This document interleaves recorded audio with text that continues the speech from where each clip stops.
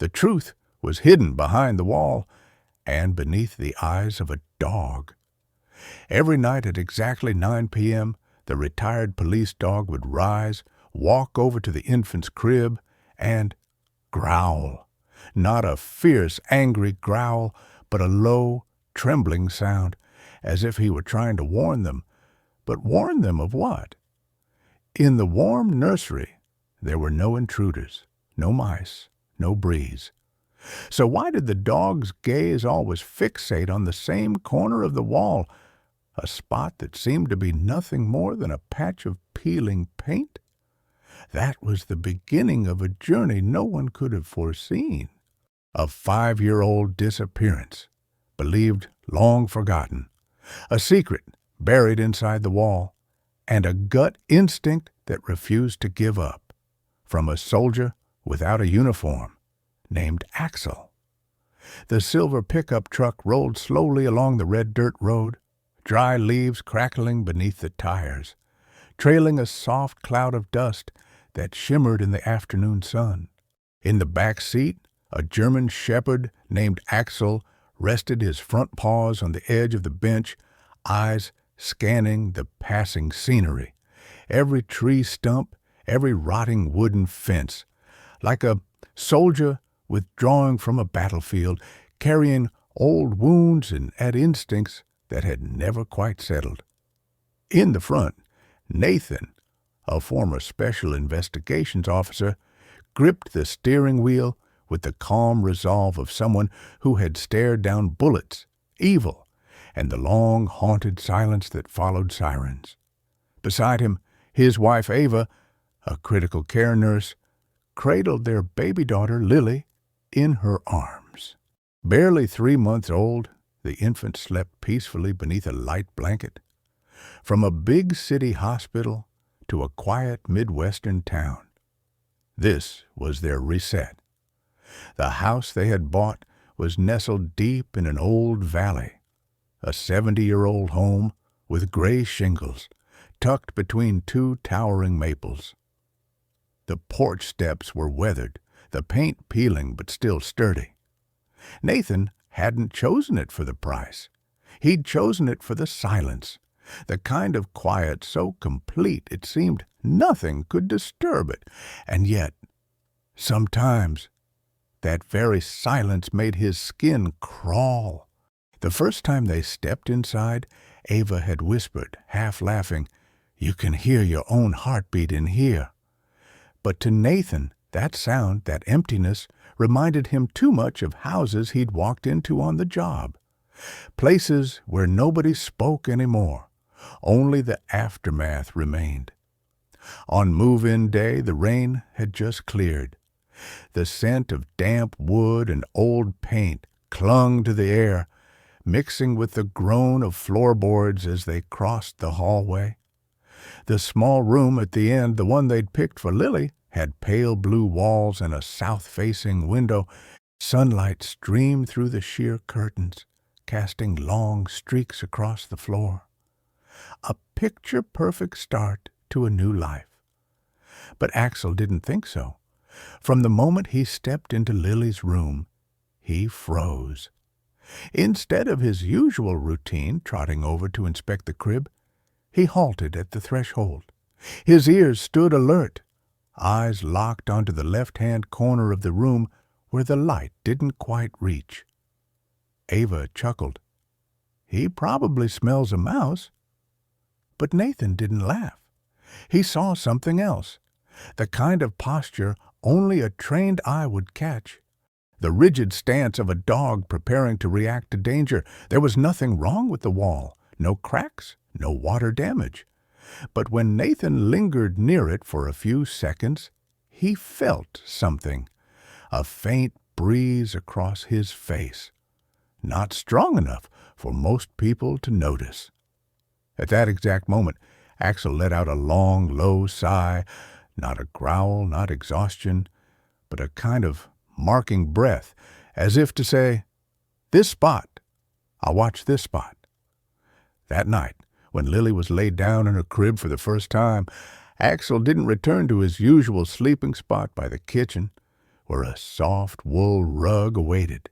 Instead, he lay beside the crib, facing the same corner of the room, head resting between his front paws, ears still perked. Ava said softly, "It's a bit odd, but maybe Axel just isn't used to the new house yet." Nathan nodded slightly, but he knew better. If Axel, the same dog who once sniffed out explosives behind a brick wall and saved a kidnapped girl from a walk-in freezer, was acting like this, it wasn't coincidence. That night, the temperature dropped. Lily slept peacefully, but something strange happened. The mobile above her crib, even though the windows were tightly shut, spun gently. Nathan saw Axel lift his head at that precise moment. There was nothing there, and yet something didn't feel harmless. The first day passed quietly. The house started to feel like home. Ava hung their wedding photo above the fireplace. Nathan installed a security camera in the backyard. Lily, sensing the peace, slept better than usual. Only Axel didn't change. The old dog remained stationed by the crib like a silent sentry. Though the night grew long, he didn't return to his favorite rug at Nathan's bedside. Instead, he lay directly at the crib's foot, head low, eyes open. And the strangest part, every night, when the lights dimmed and only the soft glow of the star-shaped nightlight flickered across the ceiling, Axel began to growl, not viciously, not threateningly, just a low, steady sound, a quiet warning no one could fully understand.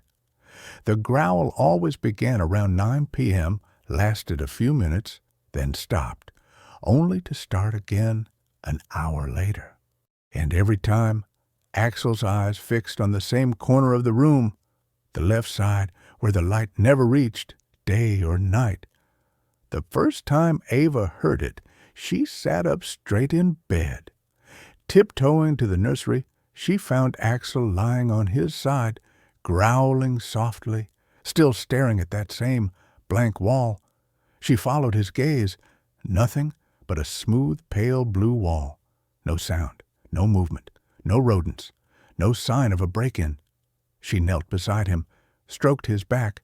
"What is it, baby? What do you see?" Axel didn't move. He kept growling as if she wasn't there, as if what he saw wasn't meant for her. The next morning, Ava recounted it over breakfast. She tried to smile it off. "He's probably just stressed from the move. Or maybe his protective instincts are in overdrive with Lily being so little." Nathan nodded, but in his eyes a shadow passed. As a former investigator, he knew what dogs like Axel were capable of, how he once found a child trapped for 36 hours, guided only by the scent of cold air seeping through floorboards. In the days that followed, Axel's behavior became like clockwork. 9 p.m. Silence. The distant hum of the kitchen vent. Lily, breathing steadily.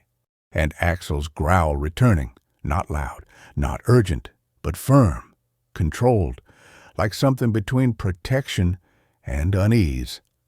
Ava began recording it in her journal, not out of fear, but because she couldn't explain it. "Day 4? Axel growled again. "Same corner, no mouse, no draft. I closed all the windows." But his eyes, it's like he's warning us. Ava's concern wasn't about what she could see or hear. It was the not knowing. As a nurse used to numbers, symptoms, diagnoses, and solutions, this was a mystery with no name. Nathan tried shining lights into every crevice, knocked on the walls, checked room temperature, all normal. So why wasn't Axel?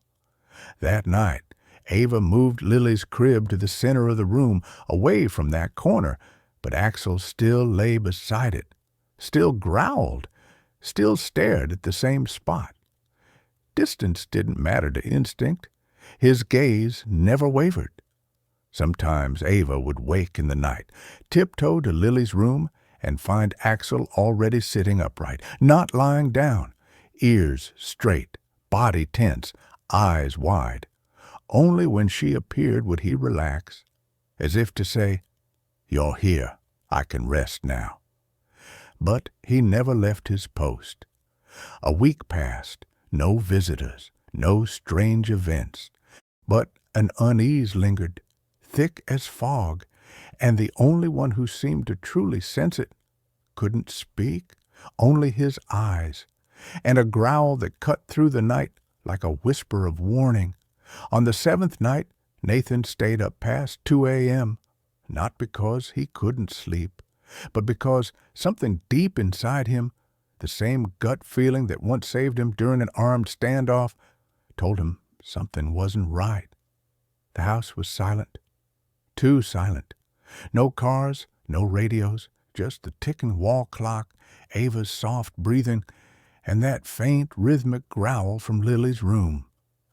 Nathan stood, stepped carefully so as not to wake Ava, grabbed a flashlight, opened the nursery door. Axel was there, sitting tall, not lying down, eyes locked on the wall, growling steadily, a low sound like a truck engine idling on a cold winter night. The star-shaped nightlight cast soft constellations on the ceiling, but the corner Axel watched remained in shadow, like it rejected the light. Nathan scanned the room. No cracks, no hissing from the outlets, windows sealed, floor clean, no droppings, no clues. He walked slowly toward the corner Axel was guarding. The closer he got, the stronger the feeling, not cold, but wrong, like he was stepping into a space that didn't want him. When his fingers brushed the wall, Axel sprang up, didn't bark, didn't snarl, just moved, fast, standing between Nathan and the wall. A direct block, no playfulness. Nathan froze. "All right, buddy, I'm not doing anything," he whispered, stepping back, eyes never leaving Axel's raised ears. He said nothing to Ava the next morning. She was busy with Lily, and he knew fears without proof only made things worse. He needed more. On night 8, he came prepared. A thermal reader, a gas leak detector, and a low-frequency audio recorder. Everything was normal. Wall temperatures steady, air quality clean, no strange sounds. But Axel still growled, still stood guard, still watched that one place, like it didn't belong in the house. That night, Nathan left the recorder running. The next morning, he played it back through high-end headphones, ticking clock, Lily's soft stirring, and a sound, faint, metallic, like metal expanding, or shallow breathing through a crack in the wall, uneven, but real. Nathan sat for a long time. That afternoon, as Ava carried Lily into the backyard for sun, she said quietly, "I know you're hiding something. I'm not scared, but Axel isn't acting normal, and I trust his instincts more than my own." Nathan squeezed her hand. "I know, I'm checking everything, but if he's still guarding that spot, then we can't ignore it." Night 10. Nathan didn't watch from afar. He sat in Lily's room, with Axel not doing anything, just being there. And in that quiet, something happened. The mobile above the crib spun gently, though the windows remained shut. Axel growled softly, eyes flashing as if catching something moving in the dark. Nathan saw nothing, but he felt it, a shadow without form. Not supernatural, not spiritual, but real. And perhaps, from the very first day, Axel had seen it all along. When the hands of the wall clock struck 9, Axel rose, like a machine, pre-programmed to respond. There was no alarm, no sudden sound to rouse him. But every single night, without fail, right at 9 p.m., Axel would rise from his familiar resting place, walk slowly to Lily's crib, stop, and stare intently at the left corner of the room, the spot untouched by the glow of the nightlight. Then the soft growling would begin, steady, low, not threatening, but unmistakably clear in its message. Something's not right. At first, Ava just thought it was odd, but by the third night of Axel repeating the exact same routine, same time, same look, same corner, she began to feel a chill. Maybe he's having some minor neurological issues, she said, trying to sound calm over dinner. Post-retirement stress isn't uncommon in service dogs. Nathan didn't argue. He knew Axel's former career had left a deep imprint. After all, it had taken Nathan himself years to shake off the ghosts of unresolved cases. But this mechanical precision in Axel's behavior made him suspicious. No one suffering from stress moves in perfect sync, as if a bell had gone off inside them. On the fifth night, Nathan began taking notes. He opened a small notebook and set it beside the bed. Each time Axel acted, Nathan recorded the time, the duration of the growl, muscle tension, ear movement, even his breathing rate. He'd trained in behavioral analysis during his time with the Federal Fugitive Recovery Unit, where dogs were used to detect buried bodies or hidden explosives. And the more he recorded, the more one thing became clear. Axel was not losing control. On the contrary, he was highly focused. Every response was intentional, timed, targeted. Stranger still, when someone else was in the room, Axel's growl would soften or fade. But when it was just him and Lily, the behavior sharpened, at times turning into a faint whine, like a whispered warning meant only for the baby. One night, Ava stood silently in the doorway, and the scene made her shiver. She heard no particular noise, but the mobile above Lily's crib spun gently, as if a cold current had slithered across the wooden floor and risen into the air. She stepped closer to Axel, about to stroke his neck, but the dog tilted his head, placing himself directly between Lily and the corner of the room. No growl, no bark, just a subtle but unmistakable shield. Ava's breath caught in her throat. "Nathan, I think maybe we should move Lily's crib to another room," she whispered later. Nathan shook his head. "If Axel senses danger, it's best we let him stay. Moving the crib might take away the only shield that actually knows what's going on." Ava stayed silent, partly out of fear, partly because she knew he was right. The next day, while Nathan worked at a small desk in the hallway, he heard Axel's paws stepping out of Lily's room. But only moments later, the dog returned, as if he had made a routine perimeter check, then hurried back to his post. What had etched itself so deeply into Axel's instincts that it had become a precise ritual. On the seventh night, Nathan decided to try a small test. He turned on the nursery lights before 9 p.m., and he, Ava, and Lily all entered the room together. He played soft music, made extra noise, but Axel still stood up at exactly 9, as if nothing could distract him, as if whatever he sensed wasn't seen or heard. It was felt, buried deep in the blood. Ava began losing sleep. Though she never said it aloud, she woke at 9 each night, as if Axel's routine had synchronized with her own, and that unsettled her even more. "I don't even know what I'm scared of," she admitted one late night, her voice trembling. "But the way Axel looks at that corner, it's like he's seen it before. Not now, but somewhere in the past." Nathan placed a hand on her shoulder. "There are things Axel senses long before we do. You said it yourself.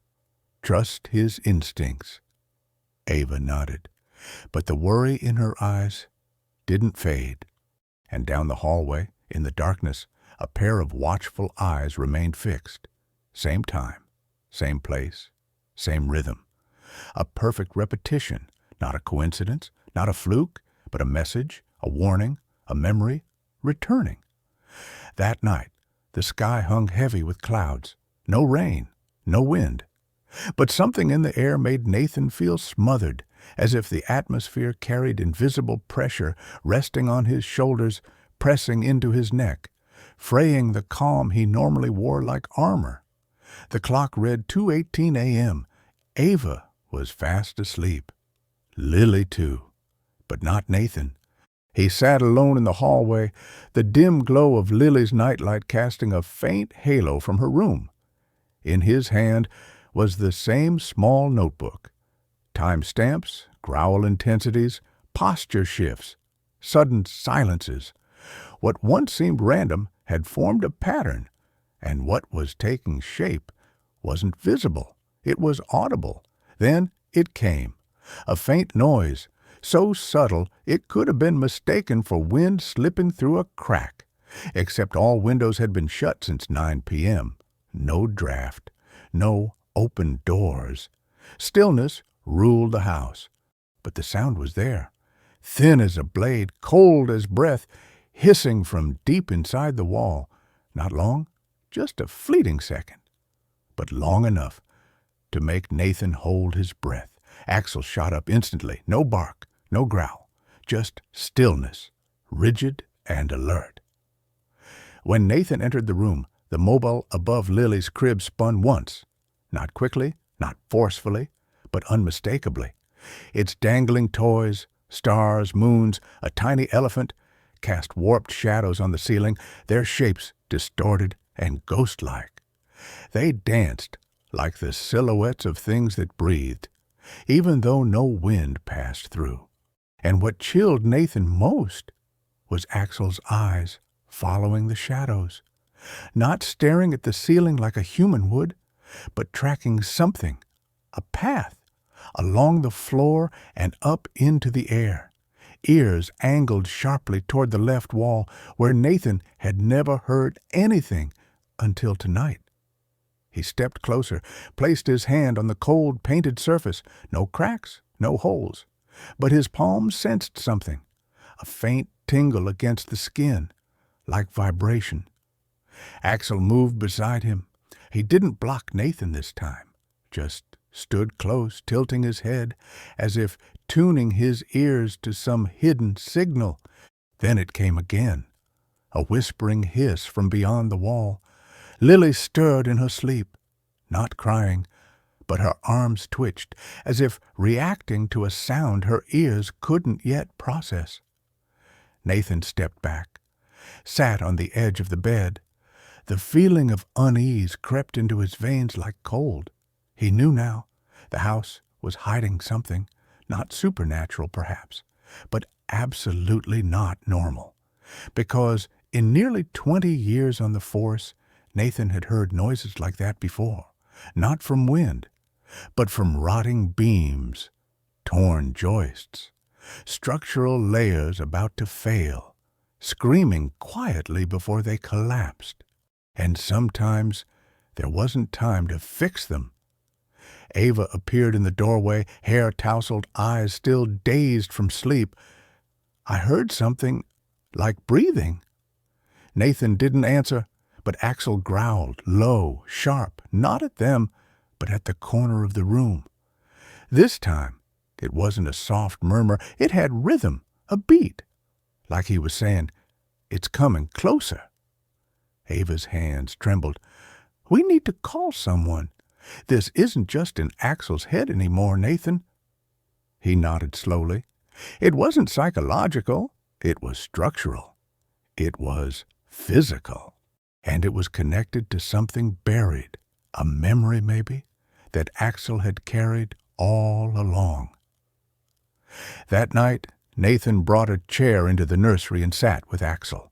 Every time that breath-like hiss sounded, thin and sharp, the two guardians turned their gaze in unison toward the wall. No words, no plans, just a quiet agreement between man and dog. Something is stirring. It's time to dig deeper. The window remained shut. No wind, no noise. But Axel's eyes, they never wavered. Not for a minute, not for a second. Night after night, his gaze returned to the same spot, the left corner of the room where light refused to land, where something unseen waited. Ava began to fear those eyes. They weren't angry, weren't aggressive, weren't wild. They were haunted. The eyes of someone who had seen something, lost something, and now stood guard, determined to warn the world before it happened again. To Nathan, it was the look he'd seen on living witnesses of missing persons cases, people who knew, who saw, but couldn't speak it aloud, and that silence became a kind of imprisoned memory. In this case, the memory lived inside Axel. One night, Lily startled awake, not hungry, not wet, just trembling, eyes shut tight, hands reaching into the air. Ava held her, rocked her for nearly 20 minutes before the baby finally calmed.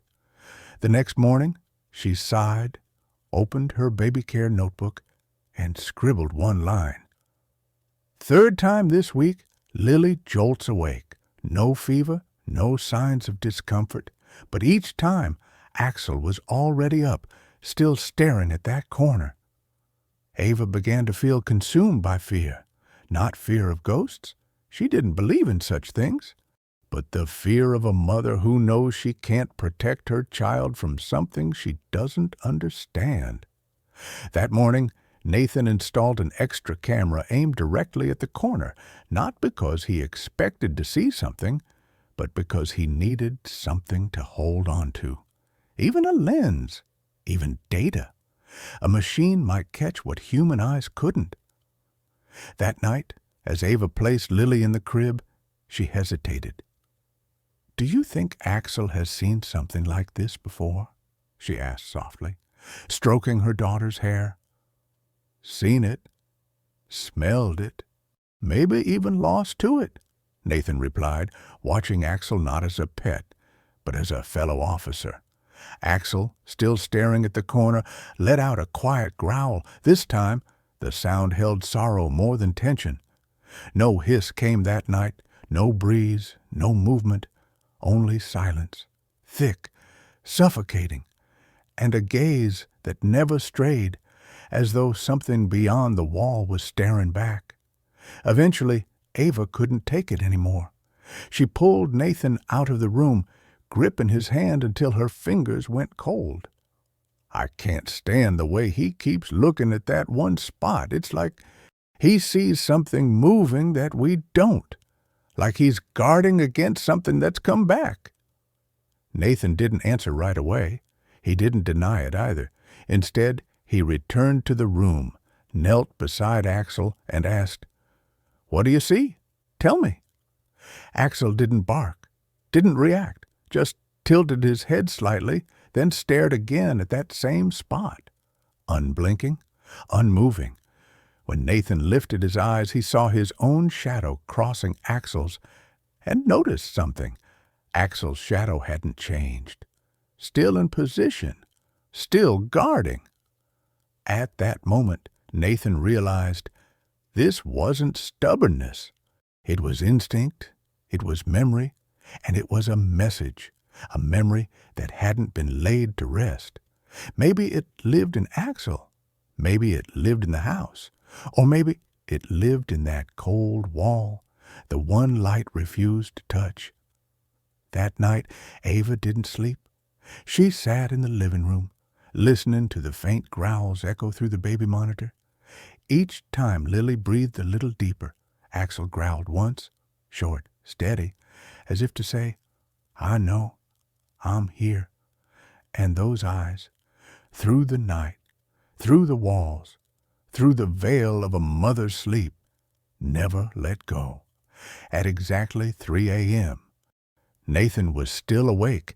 It had been 4 nights in a row without sleep, not because of paranoia, but because of a quiet, growing belief that Axel wasn't acting without cause, and if they kept waiting without taking action, something terrible was going to happen. Lily was sleeping peacefully, her cheeks rosy beneath the soft comforter, but each time she stirred, a tiny sigh or a hiccup escaping from her dreams, Axel would instantly raise his head, eyes locked onto the same familiar corner of the room, then let out a single, low growl, unchanged, unmistakable. The nightlight cast Axel's shadow onto the wall, a lean, taut figure in a battle-ready stance, like a lone sentry guarding the edge of a dream. Nathan exhaled slowly. He reached into the drawer and pulled out his forensic flashlight, the kind used to reveal hairline cracks in concrete walls. Years of crime scene investigation had taught him one truth: the uncanny often hides in the insignificant. He crouched down, knees to the floor, right where Axel's gaze always locked in. At first, nothing, just a flat wall. The pale blue paint looked intact. No blisters, no peeling. But when Nathan angled the flashlight just right, a faint line appeared, thinner than a strand of hair, stretching subtly across the surface. A crack, barely visible, impossible to detect unless you were already looking for it. He reached out and gently touched it. The wall was cold. But what startled him wasn't the chill. It was the soft breath of air whispering past his fingertips. Air? Inside a sealed room? Windows shut. Curtains still. No vents. But from that slender crack came a thread of cold air. Not enough to rustle paper, but enough for Nathan to feel that this was not just a crack. He stood abruptly, taking a few steps back. Axel watched him silently, ears still pricked. Nathan said nothing. He shined the light downward to the wooden floor. Slowly, he stepped across the planks until something felt off. The floor was vibrating, ever so slightly, not all the time. But each time Lily moved, a sigh, a twitch, a breath, a barely noticeable tremor rippled through the soles of Nathan's feet. It wasn't her weight, she was too small, and it wasn't any appliance. The fridge was off, the water heater too, just the floor and the wall. Nathan dropped to his knees and pressed his ear against the edge of the floorboards. Seconds passed in silence, and then he heard it again. That hiss, not metal, not wind, but something rubbing inside the structure of the house. Axel walked over and stood beside him. No barking, no growling, just still, watching the seam between the floor and the wall. And somehow Nathan knew. Axel had always known. He had only been waiting for Nathan to finally hear what he'd seen from the very first night. Nathan stood, walked briskly into the hallway. "Ava," he called softly. She appeared seconds later, Lily in her arms. "What is it?" He led her into the room, pointed to the crack. "There's cold air coming through here, and do you feel the floor tremble?" Ava laid Lily back in the crib. A few seconds later, the baby sighed in her sleep, and at that exact moment, Ava felt it, a subtle vibration beneath her feet, like a breath exhaled from deep beneath the ground. She stepped back sharply. "Nathan, we need to check that wall." He nodded, flashlight still in hand. "I don't think it's just a crack. It might be a sign of something worse, structural, or maybe even more than that." They stood in silence for a few seconds. Then, as if affirming their shared realization, Axel let out a short, firm growl, a sound that said, "Finally, you're listening." That morning, After a restless night full of unanswered questions, Ava made a decision. She would take Axel to the local vet. She didn't tell Nathan. Instead, she quietly prepared at dawn, clipping on Axel's leash as the first sunlight crept through the kitchen window. Lily still slept in her father's arms, and for the first time in days, Ava felt the need for answers of her own. The SUV rolled slowly through quiet suburban streets. Axel sat in the back seat, silent as always, not staring out the window, but looking forward, as if he knew he was being taken in for examination, but didn't mind. The Greenwood Veterinary Clinic was small and warm, nestled beneath the wide limbs of an old oak tree. The head vet, Dr. Mallory, was a woman in her early 50s, a former military officer who had returned to her hometown to care for animals. Her experience with working dogs made Ava trust her more than anyone else. Been a while since the GSD walked in with eyes like he's seen a battlefield, Dr. Mallory said with a soft smile as she welcomed Axel. He was officially trained, Ava nodded. He was part of a K-9 task force, retired now, lives with us. But lately, he's been acting strange, really strange. She told her everything. The nighttime growls, the unwavering stare at the corner, the inexplicable spinning mobile, the cold air, and the faint hissing Nathan had found behind the wall. Dr. Mallory didn't interrupt. She simply listened while performing a full exam, checking joints, eye response, heartbeat, breathing, inner ears, and auditory sensitivity. 20 minutes later, she removed her gloves and looked at Ava with an expression both reassuring and thoughtful. Physically, he's fine. Joints are strong. No neurological damage. No signs of trauma or delayed reflexes. Ava breathed a sigh of relief, but it lasted only a second. Then why does he act like he sees something? Mallory responded slowly in a near whisper. Dogs don't see ghosts, if that's what you're asking. But they do sense things we don't think matter. Environmental changes, low-frequency sounds, micro-vibrations, minor air pressure shifts we can't hear or feel, and especially with dogs like Axel, trained to respond instinctively to threats. She rested a hand gently on Axel's head. They don't need to see someone enter. Just a trace of moisture, a sag in the flooring, or the sound of wood groaning in the night. What feels like a chill to you is a signal to them. Ava fell silent. She didn't know what to feel. Part of her was relieved that Axel wasn't sick, wasn't delusional, but the other part, a far larger part, was now afraid, because if everything was real, then their house was hiding something. Do you think he's warning us about something? Ava asked, her voice barely audible. Dr. Mallory didn't answer right away. She leaned down toward Axel and whispered, like to an old comrade. You've heard the sound of danger before, and this time you're trying to tell them. Then she turned to Ava. I don't know what it is, but if he's responding on a cycle without signs of panic or pain, I don't think he's afraid. I think he's doing his job. He sees a pattern, and he's acting on instincts trained over years.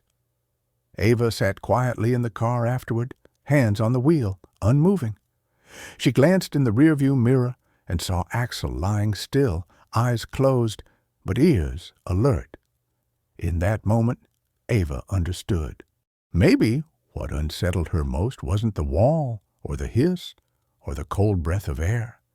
It was the realization that she didn't understand her dog. Not truly. Like a soldier unable to grasp why his comrade halted in the middle of a battlefield. And Axel, in his own way, had returned to the battlefield.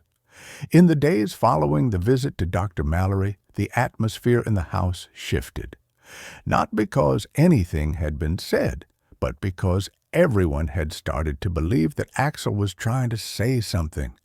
No more excuses like, maybe he's still adjusting. No more brushing it off as just a mouse. No more jokes about his growling being church bell punctual. Nathan, drawing from his years as an investigator, knew that when instinct speaks, you listen systematically. He began keeping records, not just scribbles in a notebook, a detailed behavior chart, Axel's wake time, when the growling started, how long it lasted, whether he sat or stood, head high or low, ear position, even the moments Lily began stirring. He used a vibration meter on the floor, and sure enough, each time Axel's growl deepened, the tremor level near that wall ticked upward, around 0.2 to 0.3 hertz, small, but real. At first, Nathan only planned to track it for a few days, but as the data grew, a pattern emerged, as if Axel wasn't just reacting, he was anticipating. 9 howl p.m., Axel stands. 9:03 p.m., first growl. 9:07 p.m., stares at the left wall. 9:12 p.m., Lily stirs slightly, then settles. 9:14 p.m., minor floor vibration. 9:15 p.m., Axel exhales sharply, lies down, eyes open, repeating every night for over a week. Ava read Nathan's densely filled notes and shivered. If he knows before something happens, that means Axel isn't just reacting, he's remembering. That answer, short as it was, left Ava speechless, and in that silence a new thought crept into both their minds. What if Axel had experienced this before? What if some buried memory from his time as a working dog was pulling him back toward danger? Nathan dug through Axel's old retirement paperwork. In the service history it read, served in Idaho K-9 Child Rescue Unit, focused on missing children cases in suburban areas. Exceptionally sensitive to decomposing organic material, damp wood, and low-frequency vibrations. He remembered something. Axel's first commendation came when he located a 6-year-old girl hidden inside the wall of an abandoned shed, guided only by the faintest wheezing breath behind plywood. Nathan turned to Axel, now lying quietly beside Lily's crib, head between his paws. That look wasn't one of alertness. It was the gaze of someone who had witnessed, who had lost, and who now refused to let it happen again. A silent hero. No trumpet. No armor. Just ears that never drooped, eyes that never strayed, and a silence steeped in a grief that had no words. That night, Nathan didn't take notes. He simply sat beside Axel near the crib.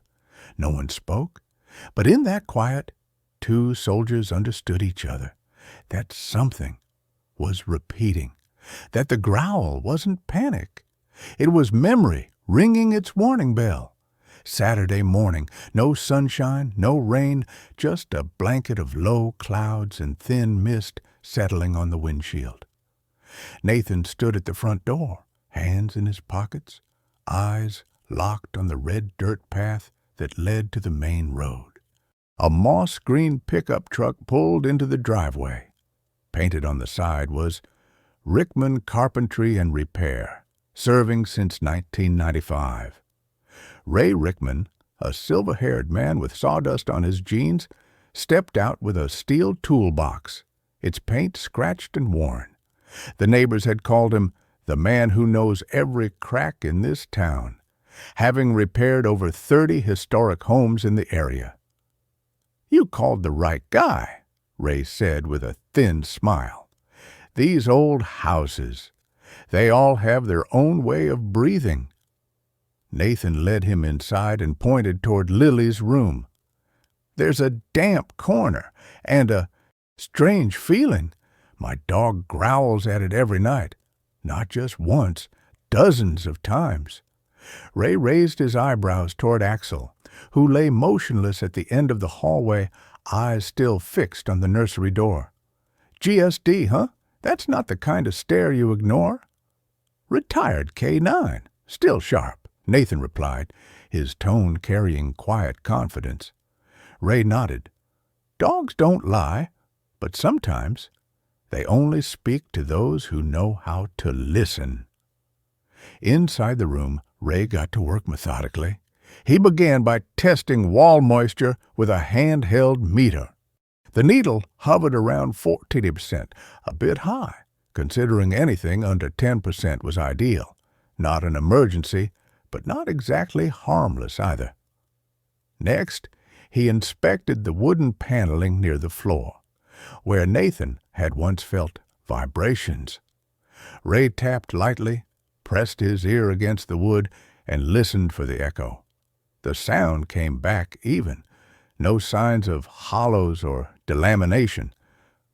"There's light moisture, probably from old underground drainage near the foundation. These homes aren't great with damp resistance, but I'm not seeing anything dangerous just yet." Nathan remained silent. He'd heard verdicts like this before. Not a concern for now. But he also knew that instinct doesn't wait until something is dangerous to sound the alarm. "What about the cold draft? I felt air leaking through a hairline crack." Ray stepped to the exact spot, shined his flashlight, and pressed his palm to the wall. After a moment, he nodded slowly. "Yeah, it's faint, but real. Could be a hollow space inside the wall, old piping root, or a pocket of air between wooden panels. Drafts aren't unusual in these builds." "And the vibration?" Nathan asked, his voice lower. Ray paused. "If you've got instruments, you might catch vibration shifts due to temperature changes. Wood expands during the day and contracts at night, makes creaking sounds or subtle floor shifts. I've seen that." But he glanced down the hallway at Axel, still lying stiff as stone, eyes locked on the door. "The way he's guarding it, I can't say it's just wood movement." Ray completed the inspection in just over an hour. His conclusion was diplomatic. No sign of structural collapse, but there might be something inside the wall that hasn't shown itself yet. "If you want certainty, I'd call in a structural engineer. I can only see the surface." Nathan nodded and thanked him. Ray made his way toward the porch, then turned before stepping outside. "You know, sometimes animals like him don't react to what is happening, but to what's about to happen. If I were you, I wouldn't ignore that feeling." The pickup rolled away, leaving a thin veil of dust drifting through the doorway. Nathan stood there for a moment. Inside, Axel had returned to his post next to Lily's crib, eyes wide, head resting on his paws. The same posture, the same stare.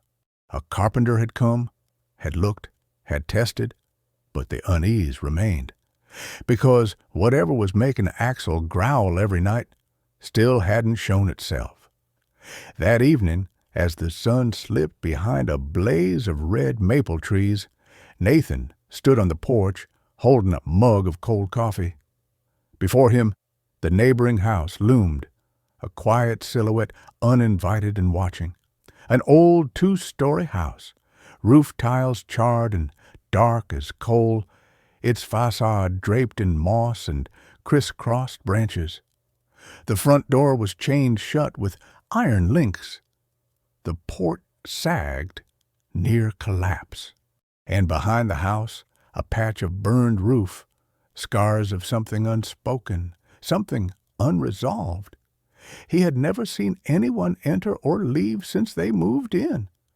And what struck him most was this, the wall Axel always stared at, was the shared wall between Lily's room and that abandoned house. That couldn't be a coincidence. That night, while Ava soothed Lily to sleep, Nathan walked next door to visit Clara Willoughby, a 70-something woman who lived alone, sharp-eyed and brimming with town lore. When Nathan brought up the house, Clara's gaze darkened. Oh, that place.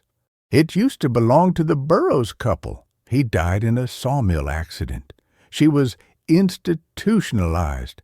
After that, a young couple rented it, but no one ever lasted more than 6 months. Nathan's jaw tightened. I noticed burn marks on the back roof. What happened there? Clara nodded, sipping her ginger tea. Yes, 2 years ago. There was a fire, not major, but it gutted the attic. They said rats chewed the wires, but I never believed that. A few nights before the fire, I heard a baby crying, late at night, and I live alone. Nathan froze. A baby? But that house was empty at the time, wasn't it? It was, and that's why I still remember it, Clara said, her cloudy eyes growing sharp. I called the police. They came, didn't find a thing. After the fire, the house was boarded up and abandoned. He swallowed hard. A baby, crying. That same shared wall, that same corner, Axel watched every night, like he could see through something waiting to awaken. Did anyone ever try to renovate it? He asked. Clara shook her head. No one wants to buy it. No one wants to rent it. It's been locked up since the structural review. They said the frame was unsound, especially on the side next to your house. A chill slid down Nathan's spine. It wasn't the weather. That night, he stood at the back of his house, staring through the fence at the abandoned home. Under the pale yard light, the black windows looked like closed eyes, yet they seemed to be listening, absorbing every sound, every growl from his daughter's room.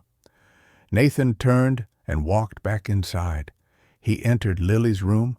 Axel was still there, but this time he didn't growl. He stood and let out a low whine, a sound Nathan had heard only once before.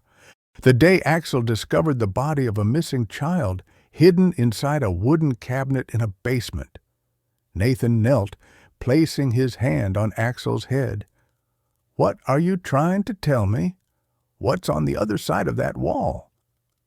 Axel's eyes didn't answer, but that steady whine, rhythmic, deliberate, was his reply. No more doubt. The house next door wasn't just a backdrop in some old painting.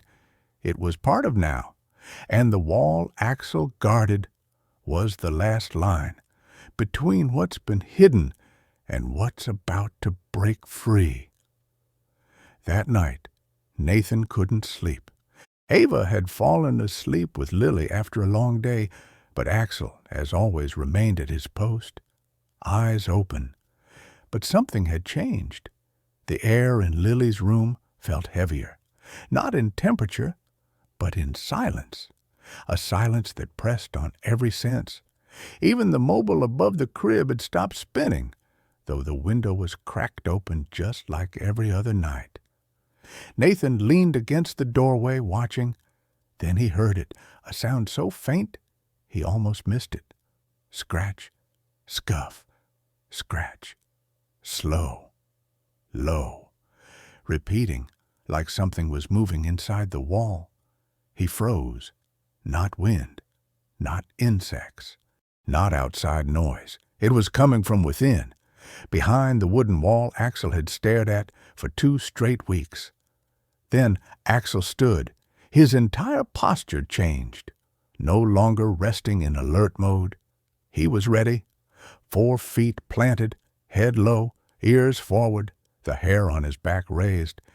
And then came the sound Nathan feared most, a howl, not the sorrowful kind dogs sing to the moon. This was something else, a deep, sharp, controlled howl, a warning, the kind canines are trained to use only when faced with immediate, present danger. Axel howled 3 beats, then stopped, eyes fixed on the wall. Nathan stepped in, knelt beside him.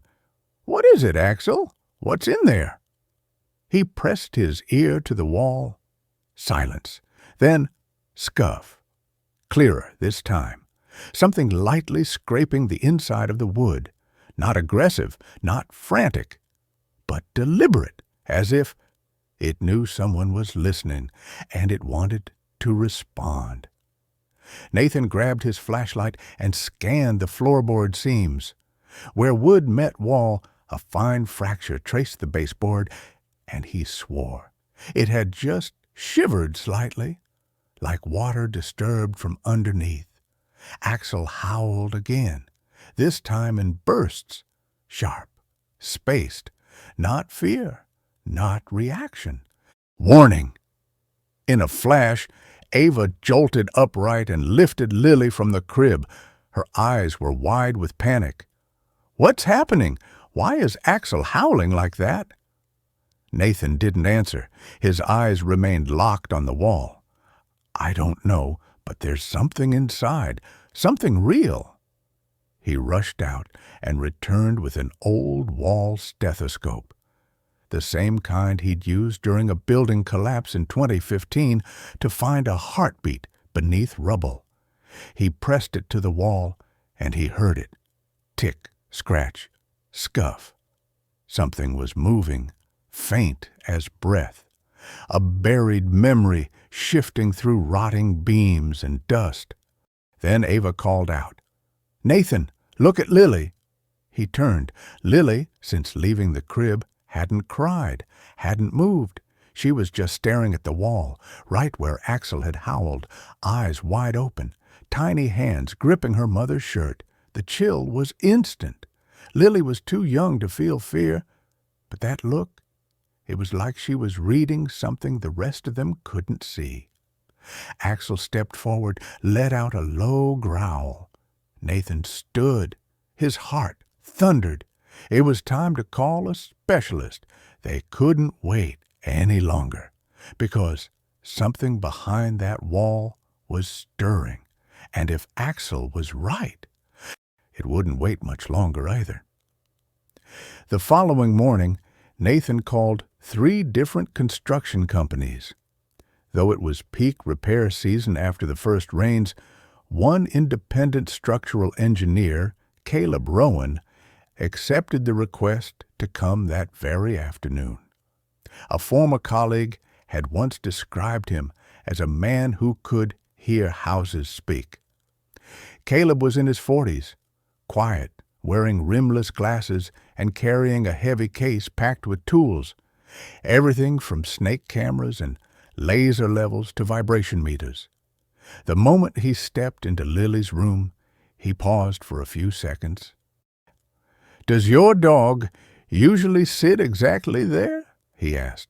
Nathan nodded, gently stroking Axel, who sat like a statue, eyes fixed on the wall. Caleb knelt down and placed his hand against the wooden panel. Nothing obvious. But when he tapped 3 times with his knuckle at the baseboard, the sound came back uneven. One section was noticeably duller than the rest. He nodded, then ran a moisture meter along the lower wall.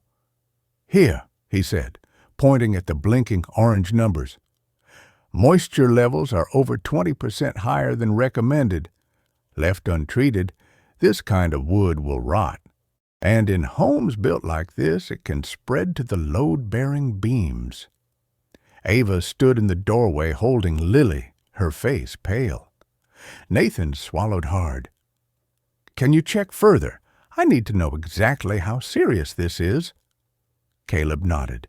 He placed a floor-level meter down and pressed a button. The machine beeped steadily, then displayed a reading. "This corner of the room slopes at about 1.4 degrees. Doesn't sound like much, but in residential structures, that's a red flag. It means either the foundation or the beams are under uneven stress. combined with the high moisture. It's possible the wood inside is already rotting. Axel let out a soft, low whine, and then went silent, as if confirming the diagnosis. Caleb sat down again and pulled out a wall stethoscope, an old-looking device that resembled medical gear. He pressed it against various points on the panel, lingering longer over the exact spot Axel always watched. The room fell completely silent. Then a small crack echoed from within the wall, like wood expanding or something shifting. Caleb removed the scope and looked at Nathan. "I won't alarm you, but I have to be honest. Something's going on behind this wall. It's not just mildew. There could be a hollow space, an air pocket, or some internal decay no one's caught yet." Nathan's palms turned cold. "And if we don't address it?" Caleb spoke slowly, his voice serious. "If it's internal rot without visible damage, that means it's decaying quietly. In older homes like this, if the primary beam behind that section goes, it could collapse any time, especially after this season's early rains." Ava clutched Lily tighter, her voice trembling. "We've had our baby sleeping here for nearly 2 months.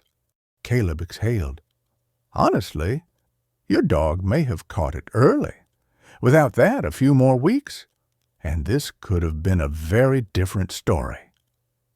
He glanced at Axel, who now lay down, but his eyes remained locked on that corner. Before leaving, Caleb hand-wrote a preliminary report, strongly recommending that the wall be opened up and inspected as soon as possible. He left a list of demolition experts and offered to return and supervise the process if needed. "One more thing," he said at the door, turning to Nathan.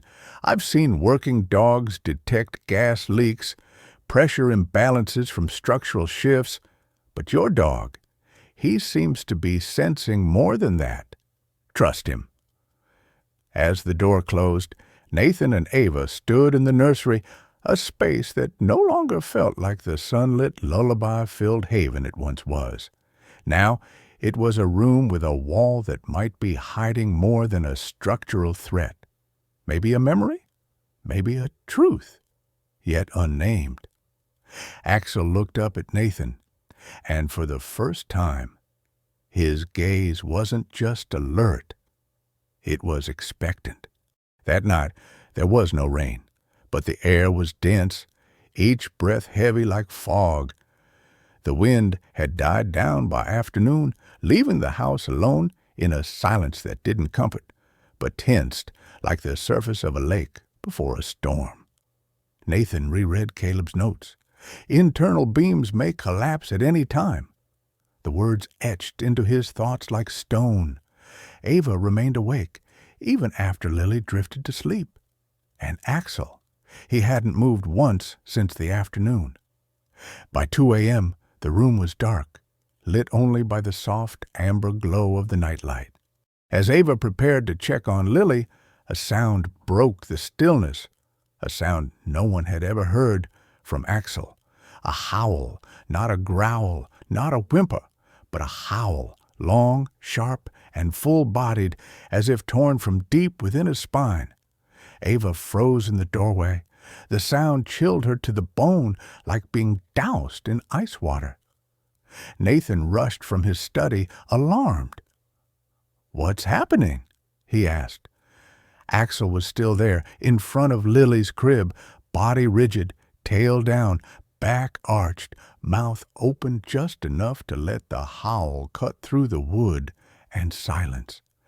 Then came the second howl, louder, longer, not heard in the air, but felt in the chest, and in that moment Lily cried out, not the usual whimper of hunger or a startled stir, a scream, arms flailing, face pale even under the nightlight's glow. Then Ava screamed, "Nathan, look at the crib!" It was vibrating, not from Lily's movement, not from footsteps. It was shaking, on its own. Nathan ran over and placed a hand on the frame, and he felt it, a pulse, a tremor, a vibration rising up from beneath. Subtle, but rhythmic, like someone walking inside the wall. He snatched Lily into his arms. Ava trembled beside him. Axel still stood guard, forehead creased, ears taut, lips parted, not in attack, but in full sensory engagement, as if hearing with every nerve in his body. Then another sound, not a howl, not a growl, a creak, low and dragging from within the wall. All three, Nathan, Ava, even Axel, froze, no further movement. But the silence that followed was worse than the sound itself. Ava whispered, almost in a hiss, "We can't wait any longer. Nathan, do something. There's something in that wall." Nathan backed away with Lily, eyes still locked on the corner. The wall stood there, still and blank, yet now it felt like a breathing corpse. The ceiling hung heavy. The amber nightlight threw Axel's shadow long across the panel, like a lone warrior holding ground in an invisible war. Axel turned to Nathan. His eyes, not just alert now, they pleaded, "Listen to me." Something's there, and it's moving. Nathan handed Lily to Ava, then stepped forward. He pressed his ear to the wall, held his breath. Scratch, scuff, so faint, like nails dragging over wood, or something, animal or not, crawling slowly through a space where no life should exist. He opened his eyes, stared at Ava. "Tomorrow, I'm filing for a warrant to inspect that house next door, not because it might collapse, not because the wall is damp, but because there's something left alive inside it." Axel howled for the third time. One last note, deep, short, like a final message delivered before the hour struck. At dawn, with the sun barely brushing the brick steps out front, Nathan was already at the town government office. The house next door had a file marked "Abandoned since 2020 fire." Attic damage. Interior structure unverified. It hadn't been demolished due to inactive ownership and a lack of immediate public hazard. Nathan made his case, calm, urgent, surgical. He spoke of odd vibrations, shared wall acoustics, and suspected structural hazards. He didn't mention Axel's howls, or the scratching, or the chill that ran up his spine whenever he heard the wall breathe, but he said enough to get a temporary permit for limited structural assessment of the shared boundary wall. At 2 p.m., he returned to the abandoned house. The iron gate was rusted, the lock stiff. A municipal technician assisted with entry. The front roof had been patched, but the attic remained untouched, musty, heavy with ash.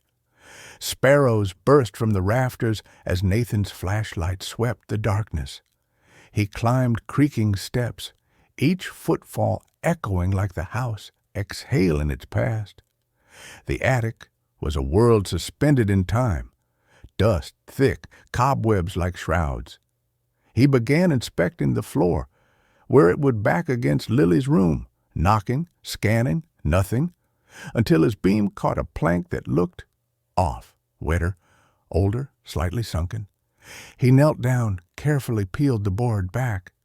Beneath it, a cavity. Not big, but just large enough to hide something. And there it was, a rusted tin box, its lid weighted with a moldy scrap of cloth. No label, no name. Nathan wrapped his hand in cloth and lifted it, like retrieving a buried memory. He opened it. Dust clouded the air. Inside were old documents, faded photographs, and a tiny child's doll, its dress half decayed. The first paper had a trembling note. Ink faded. Missing person file. Ellie M., age 5, July 2018. Nathan froze. His chest tightened. Ellie. He knew that name, even remembered her face in those old black and white case files. A cold case, never solved.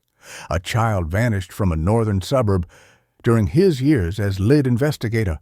No body, no suspects, just silence, until the file was quietly closed. Insufficient evidence. But he had never forgotten the mother's eyes that day.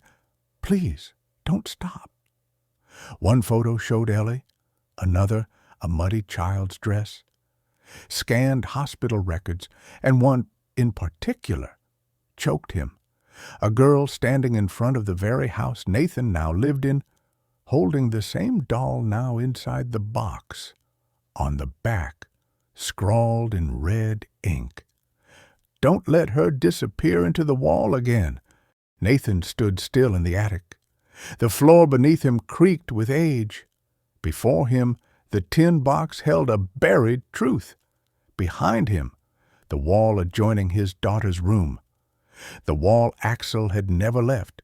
The wall wasn't just rotten. It held a memory. It knew what happened, and now it might finally speak. When he descended, box in hand, Ava was waiting in the yard. Axel stood beside her, silent, but his eyes as if he already knew. Nathan held the box up, said nothing. Axel stepped forward, sniffed it once, then let out a short howl, one last note, soft and certain, as if to say, "Someone has finally opened the door." That afternoon, Nathan sat alone at the dining table. The old tin box lay before him, the kitchen light casting a small dark square over its rusted surface. Ava had taken Lily upstairs, while Axel, almost as if he understood, remained stationed by the door to Lily's room, eyes fixed silently on the wall that connected to the neighboring house. In Nathan's hands were fragments of an old puzzle and wounds that had never healed. The first paper he unfolded was the missing person report dated July 11, 2018. The name Ellie Margaret Rowe was printed in bold at the top. A 5-year-old girl, brown eyes, dark brown hair, disappeared in the evening after playing in the backyard. No witnesses, no surveillance, no cries for help. Nathan remembered how he felt the first time he read that report, a gnawing emptiness in his chest. Back then, he had just transferred to the missing children's unit. It was one of his first cases, and the first that kept him awake for weeks on end. Beneath the report was a photo from the original scene, a garden gate left ajar, a doll abandoned on the ground. Under the pale yellow glow of the police floodlights, the scene looked like a nightmare plucked from the minds of those searching. Nathan flipped to another photo. Ellie. She stood in front of a house wearing a white dress with tiny floral prints, an innocent smile on her face, clutching a doll tight. Behind her was a wooden porch and a familiar wall. Nathan froze. This photo hadn't been part of the original file. He had never seen it. But the backdrop, it was unmistakably the house his family now lived in. His heart clenched tight. Next came a child's crayon drawing stick figures of a house, a son, 2 adults, and a dog. Scribbled beneath in a childish scrawl were the words, "Mom, Ellie, Dad, Bingo," likely the family dog. Nathan set the drawing aside, his hands trembling slightly as he pulled out a yellow envelope. Inside was a copy of an unofficial scene analysis report. The faded print, noted, hole found in second floor wall, cause unknown, no evidence recovered. He reread it. This had once been part of a preliminary file, later withdrawn due to lack of relevance. But now, after discovering the tin box's location, the detail no longer seemed meaningless. That attic, that wall, They had once held the silence of a missing child. Under the dim light, Nathan continued reading words he had once tried to forget. The psychological assessment of Ellie's mother, depressive disorder following loss of child, frequent hallucinations of the girl calling from the wall. No one had believed her, not even Nathan, who had once dismissed it as grief-induced delusion. Now, reading it again, he realized he had been wrong, terribly wrong. The door creaked open. Ava stepped down, her face pale. "Did you find something?" she asked, voice unsteady. Nathan looked up. He said nothing, only handed her Ellie's photo. Ava stared at it. After a moment, her hand rose to cover her mouth. "This is our house." "Yes," Nathan nodded, his voice hoarse. "And that wall is the same one Axel watches every night." The truth was beginning to surface like a slow leak from a fractured dam. Ava sat across from him. Both of them glanced toward the stairs where Lily slept. Nathan gripped Ava's hand. He knew what he had to do now. Only one thing mattered, following this truth to the end. A child had been buried with forgotten memories, and a dog, through wordless instinct, had stayed awake to guard, to warn, to protect, not just the present, but a past still trapped behind that wall. That afternoon, as the golden sun softened over the hills, Nathan placed the old tin box back on the dining table, where slivers of light filtered through the blinds just enough to illuminate the falling dust. Ava stood nearby, holding Lily, her face still shadowed by shock. Axel, sensing something, came quietly forward. No barking, no growling. Just a weighty silence, as though awaiting judgment. Nathan exhaled and reopened the box. Inside, the one item he'd set aside, a small, moldy, tattered doll lay on a piece of torn cloth, inanimate, but carrying a voice from memory. "Axel," he spoke softly. Not a command, a calling. The dog stepped closer. Its eyes never left the doll. Then, slowly, it lowered its head, nose touching the item for a moment. Just a moment. Then, a howl. The sound ripped through the room, not long like the night before, but sharp enough to freeze the air. Ava tightened her grip on Lily. Nathan stood frozen. Axel stepped back, looked at Nathan. Its eyes weren't just alert. They were remembering. They were recognizing. They were saying, "I've been here before." Nathan felt his blood halt for a beat. He sat down on the floor, his hand shaking as he touched the doll again. Then he exhaled, a breath pulled from the depths of memory. Ellie, the missing girl from 2018. The case that haunted him for a year before he left the force. He remembered the overgrown playground where she was last seen, the tiny green socks found in the bushes, and a critical detail. A specialized K-9 had been part of that search. Axel. Axel had once sniffed around the property of a suspected man, had once stood in front of this very house, the house Nathan now owned. But without a warrant, the investigation had stopped at suspicion. The main suspect, an isolated man with prior allegations of misconduct toward children, vanished weeks later. No body, no confession, no evidence. The case was closed with the word hopeless. "It can't be," Nathan murmured.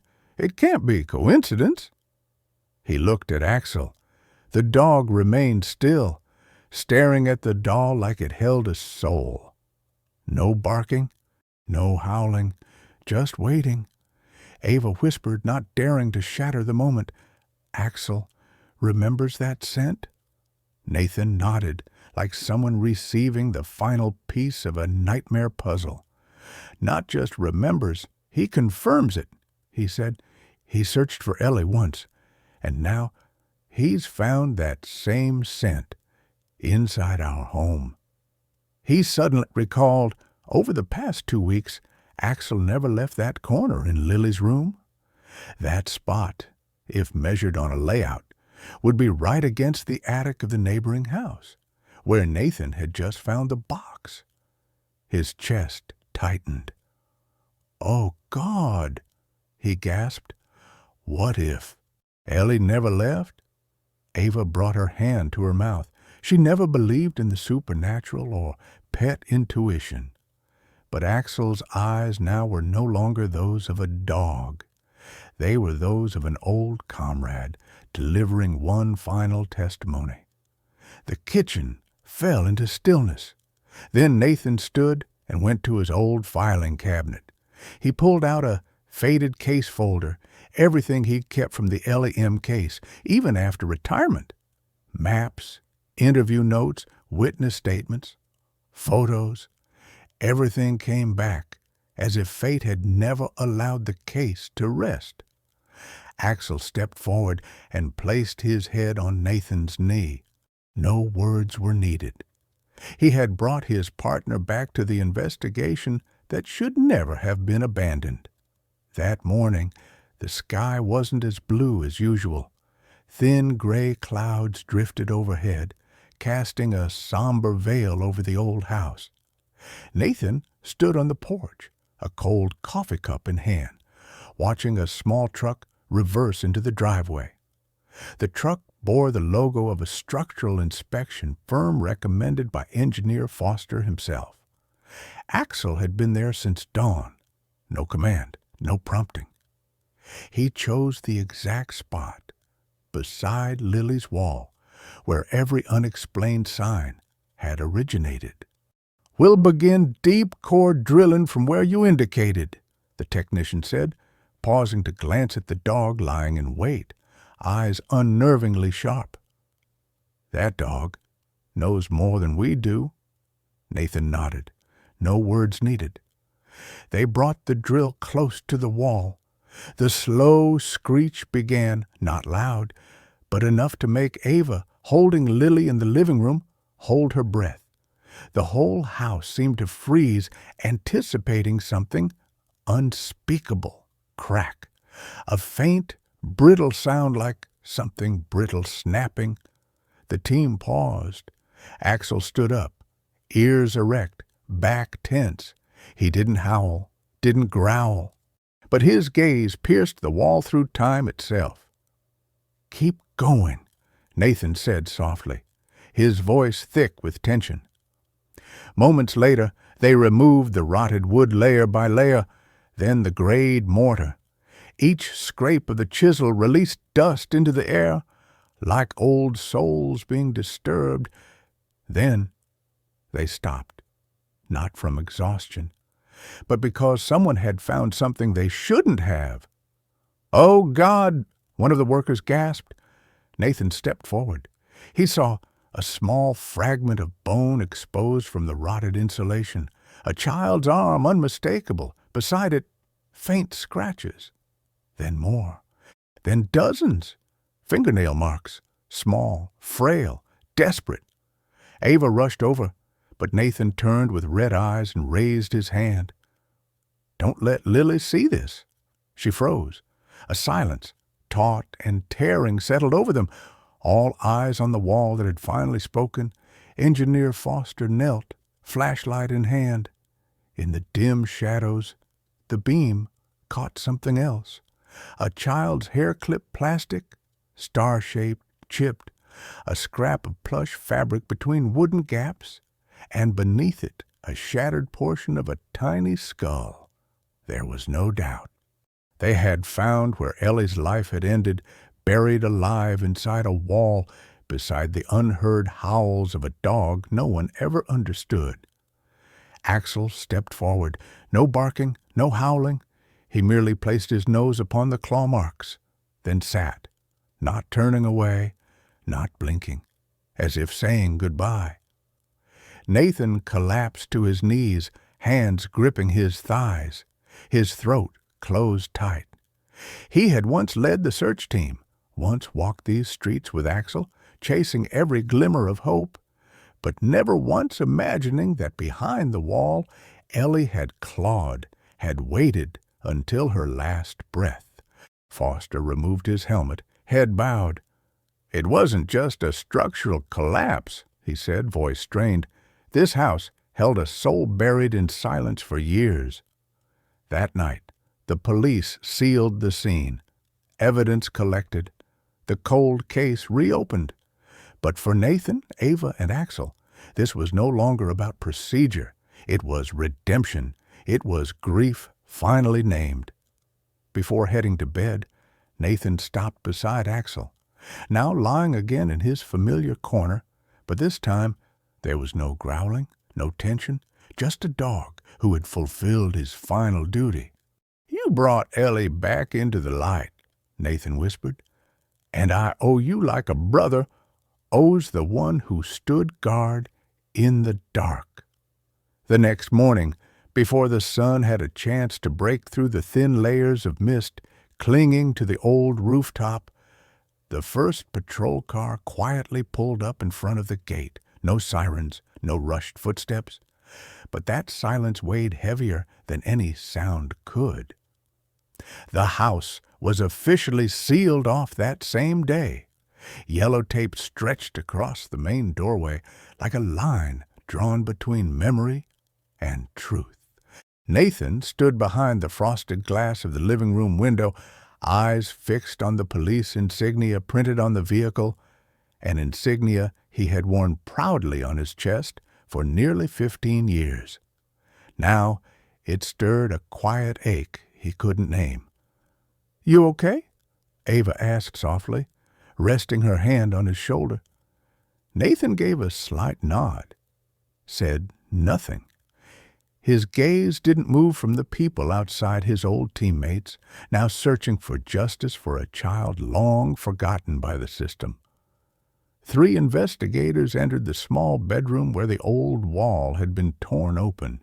A technician crouched down, carefully collecting samples of bone, fabric threads, and moldy wood. One officer took notes, his expression tightening as the pieces began to fit together. No one spoke until a young female inspector held up a photograph from the scene, comparing it to an old file Nathan had found inside the tin box. A photo of Ellie, the missing girl from 2018. "It's a match," she whispered. At that moment, Axel, who had been lying in the hallway, lifted his ears. The dog slowly stepped into the room. No one stopped him. Somehow, in everyone's eyes, he was no longer just a pet. He was part of the story. The eldest officer turned and looked at Nathan. "That dog, it's Axel, right?" Nathan nodded. "Child Rescue Unit, K9 Division. He was part of the original search for Ellie." No one said a word for several seconds. A shared memory washed over them, needing no name. Back then, Ellie, 6 years old, vanished from a playground after school. Police launched a 10-day search effort. There were helicopters, drones, and Axel, the youngest and strongest dog in the unit, scanned fields, abandoned warehouses, vacant lots. But no one ever thought to check the house next door, which at the time still had a tenant. The case went cold. Ellie's mother, shattered, left town. The prime suspect, an unstable neighbor, disappeared before formal questioning. No body, no confession. The file was closed, like a nightmare that never got its ending. And now, that ending had revealed itself inside the very house Nathan had moved into just a month ago. The inspector looked from Axel back to Nathan. He spoke slowly. "I remember the last day of the search, Axel stopped for a long time in front of that house, but no one followed up. The previous owner said no strangers had entered." Ava squeezed Nathan's hand. Nathan didn't reply, but the memory felt like a dull knife twisting inward. He remembered. He remembered how Axel had stood there, growling faintly at the brown wooden gate, staring unwaveringly at the attic window. But they had dismissed it. No warrant, no probable cause, and now everything was out in the open too late.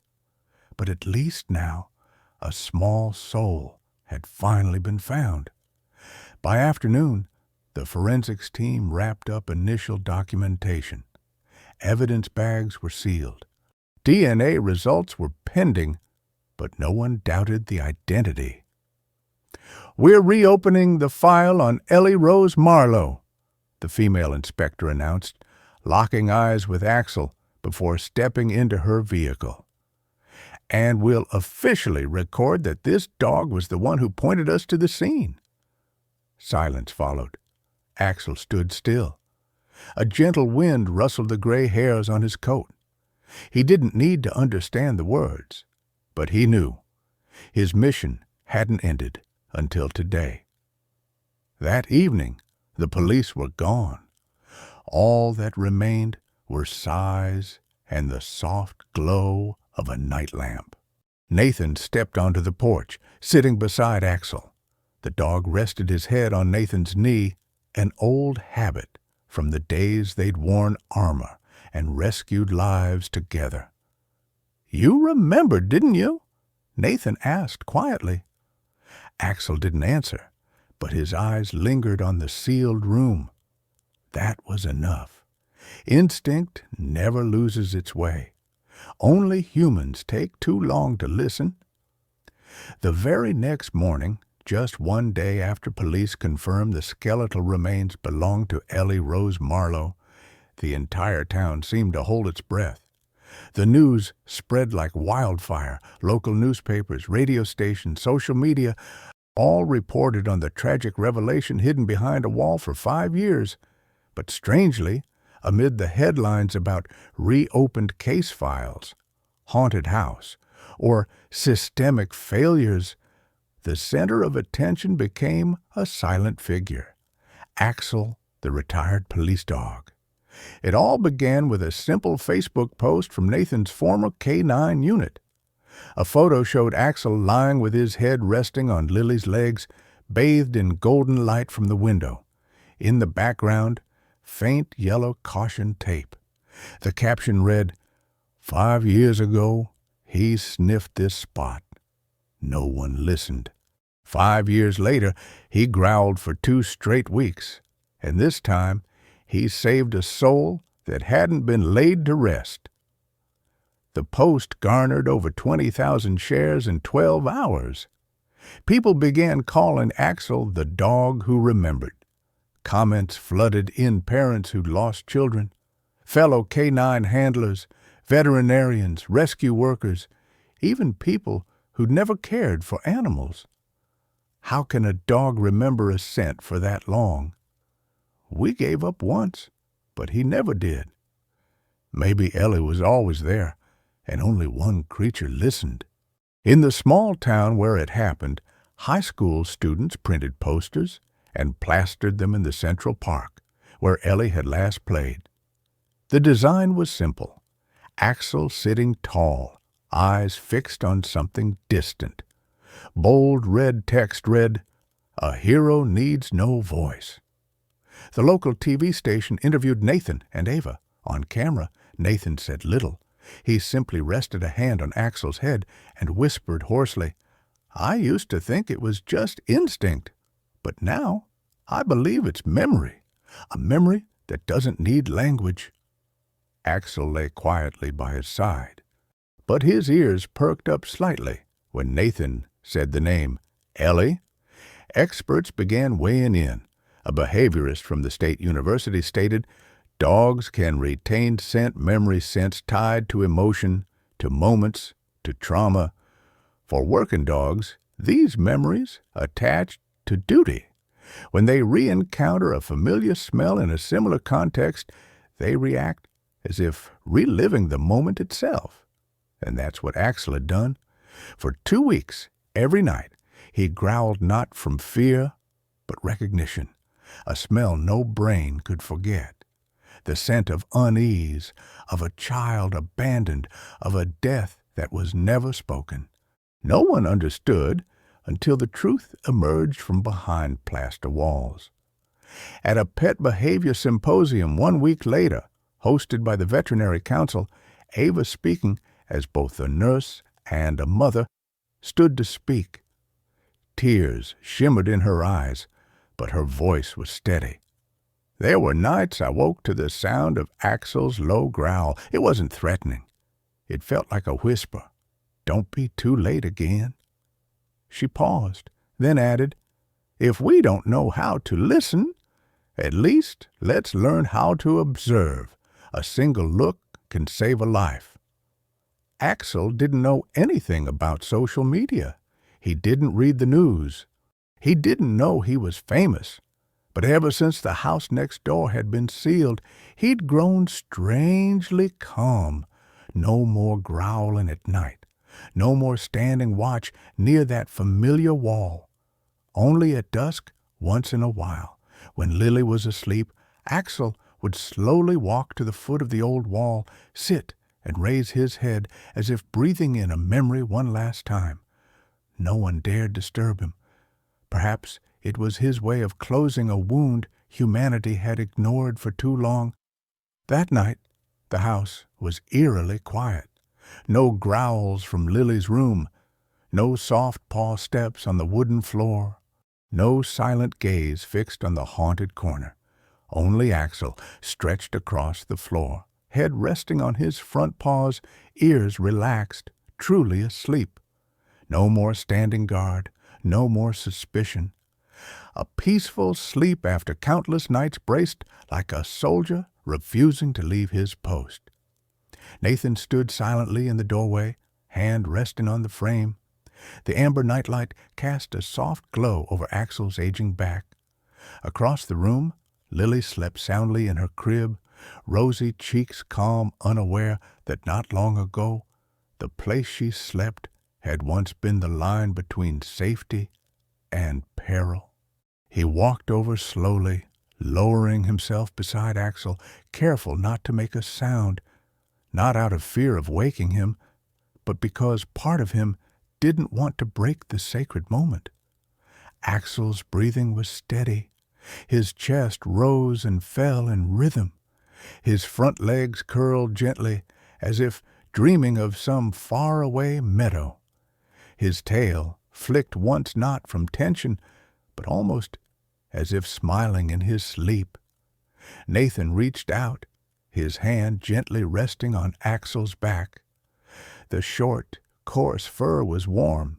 He stroked down the spine, just like he had so many times back in the field, chasing human traffickers through forests or sniffing through rubble in collapsed buildings. But this time was different. This time, he wasn't a cop hunting criminals. This time, he was a father grateful to the silent hero who saved his daughter. He leaned down and whispered, "Thank you, boy. Thank you for never giving up, even when we did." Axel didn't wake, but his left ear twitched slightly as if he understood.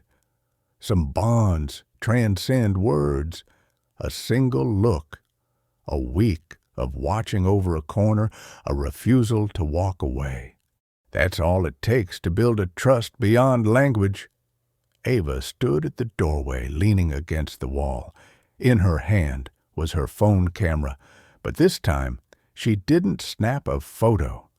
She just watched quietly, capturing in her heart the image of the two men she loved most. One who once wore a badge and a gun, the other who only carried instinct and eyes that never slept. The nightlight cast gentle shadows on the floor. Axel still slept. No growling, no suspicion. Just an old dog, finally able to close his eyes, knowing everything was safe, not just for little Lily, but for the child spirit who'd been forgotten behind a cold wall. And Nathan knew, in that sleep, Axel wasn't just resting. He was closing his final mission. No medal, no applause, only the peace of knowing one child now rests in light and another has been protected. all because of a dog who never surrendered, and a heart that never forgot the scent of sorrow. In those first days of spring, the wooden house on the hillside seemed to breathe anew. The scent of fresh paint mingled with the faint aroma of dry pine in the morning sunlight. The sound of hammers and drills no longer startled Ava. Instead, it brought a strange sense of relief.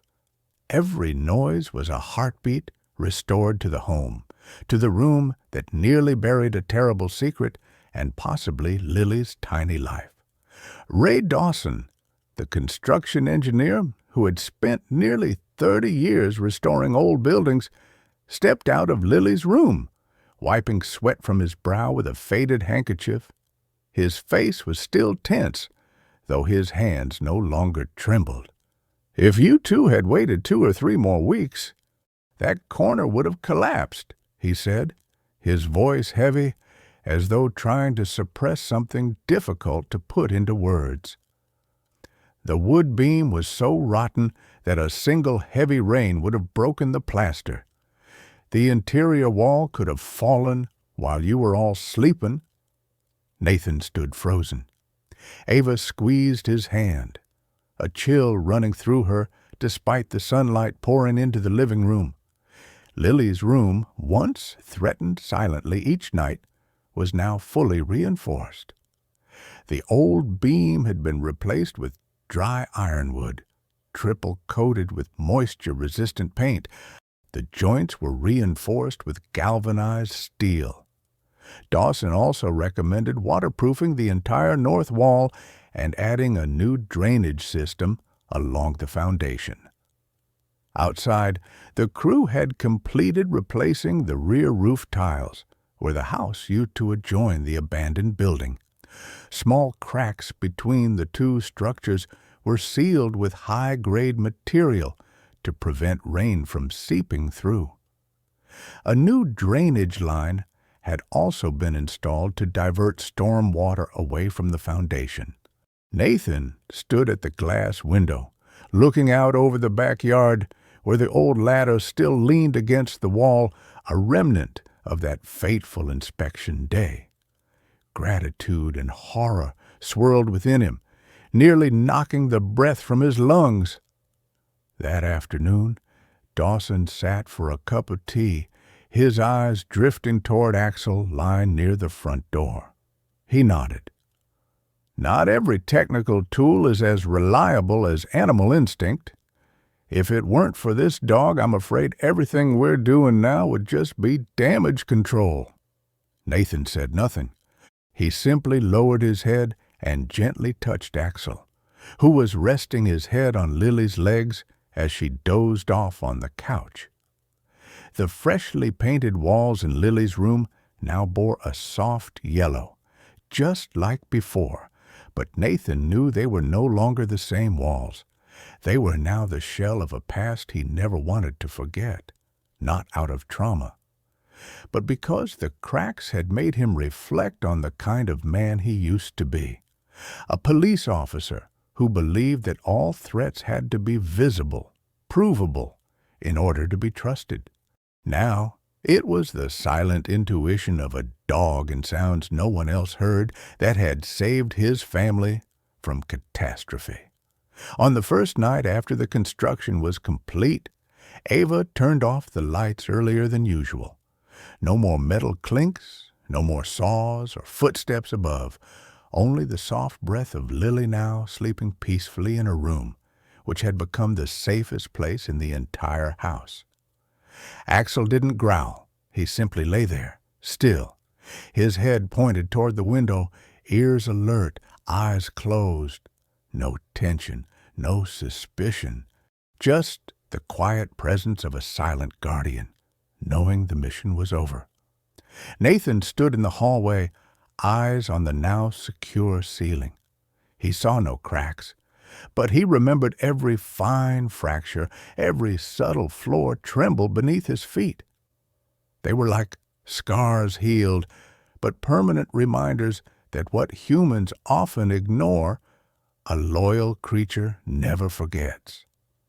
That first quiet night, Ava couldn't sleep, not from fear, but from the emptiness of silence, without Axel's nightly growls, without the familiar jolt from a rattling crib, without those piercing eyes that once seemed to plead for someone to listen.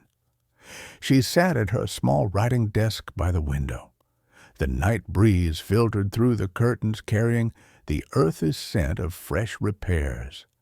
Before her was an old brown leather notebook, its edges worn one she'd kept since nursing school. Over the years, Ava had scribbled small things, moods, stories from the hospital, moments with patients, but never before had she needed to write a memory down just to ensure she wouldn't forget. She opened the book. The first line read, "March, new house, and the darkness in one corner." With her fountain pen, she began writing, unraveling every knot in her heart. Third night in the new house. Axel growled again near the crib. I thought he missed the old place. But no, that lookit wasn't longing. It was warning. Lily slept, but she kept flinching. I didn't know if it was a sound or some strange energy brushing against her. Nathan checked the whole room. No mice, no wind, nothing tangible.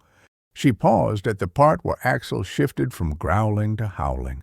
That was the night she truly felt afraid. Not because of ghosts or superstitions, but because a tiny soul slept in a room no adult could explain. When the crib shook, I no longer doubted.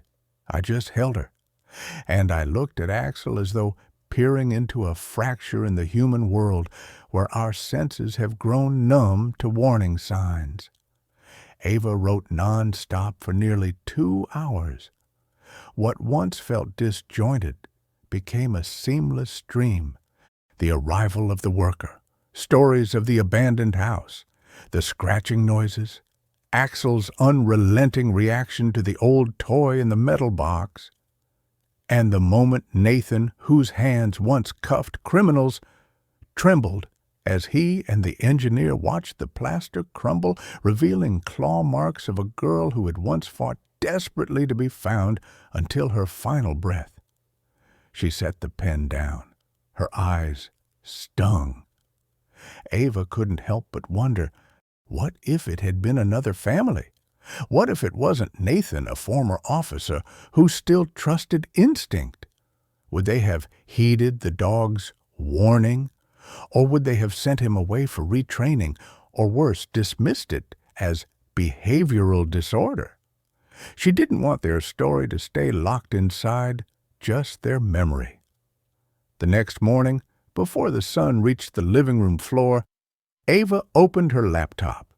Her personal blog, usually filled with medical tips and parenting stories, now featured a new post titled, "The dog growled for 2 weeks, and he saved my daughter." She didn't tell it like a thriller. She told the truth. So plainly that readers might feel a chill not from fear, but from brushing up against the fragile boundary between faith and doubt in everyday life.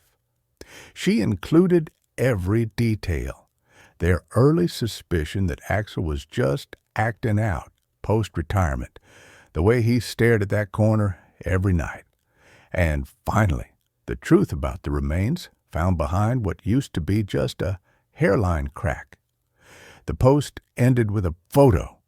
Lily asleep, her tiny hand resting on Axel's twitching ear. The caption read simply, "Not all growls are threats.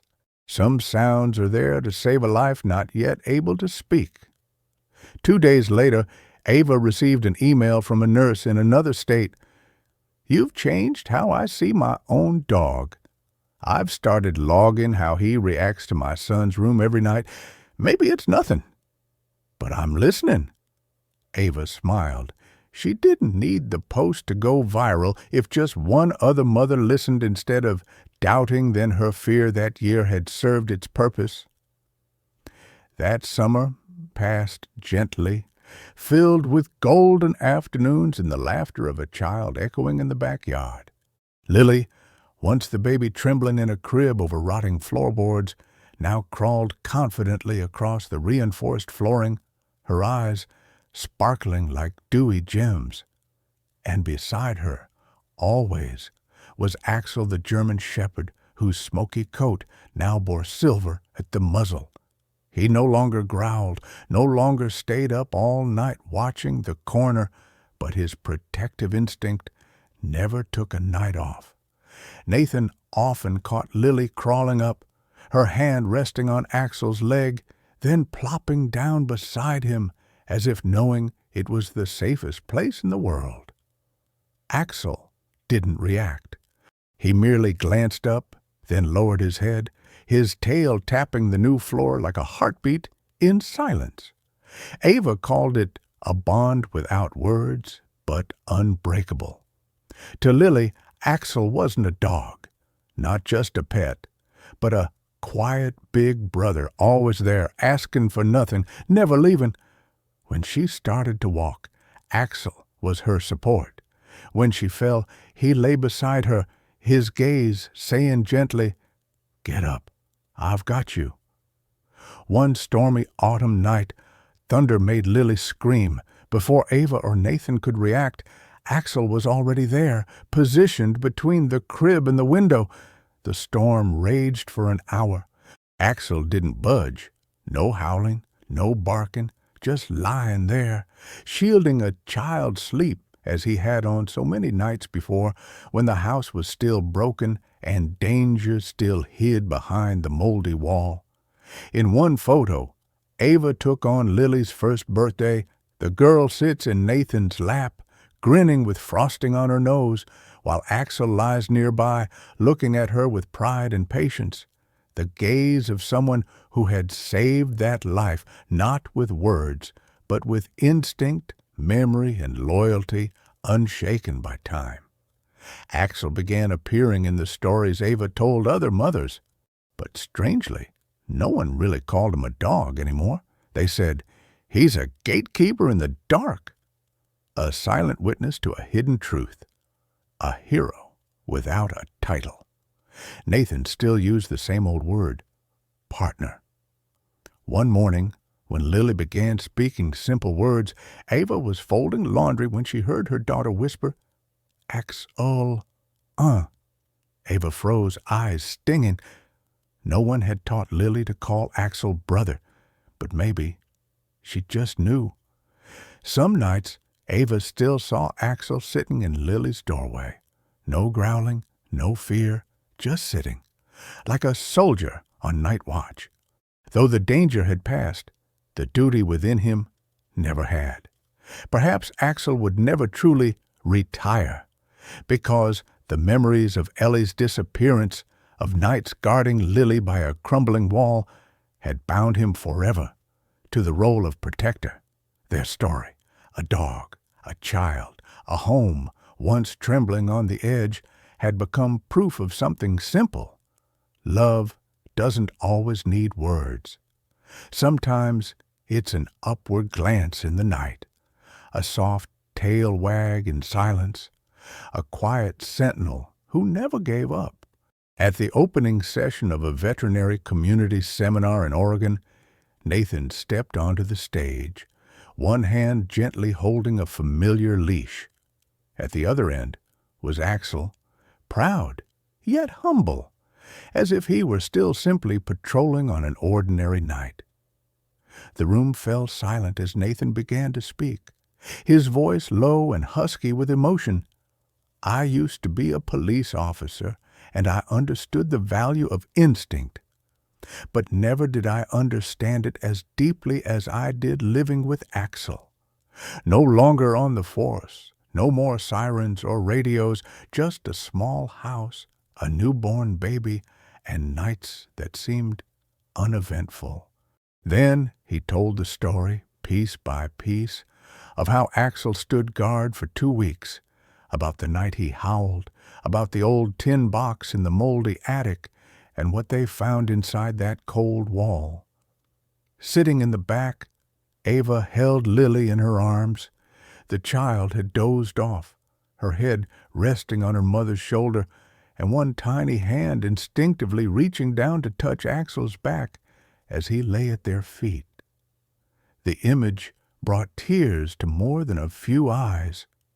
The head veterinarian, an older man with a white mustache, came forward to shake Nathan's hand after the speech. "You didn't just save your family. You reminded this whole community of something we too often forget. Animals don't speak, but they're never silent." Axel's story was later incorporated into a training curriculum for K-9 units at a facility in Washington. A new section was added, analyzing alert behavior when animals sense danger before humans do. Axel became a case study. The image of him standing by Lily's crib, eyes fixed on the corner of the room, was the very first slide in the lesson.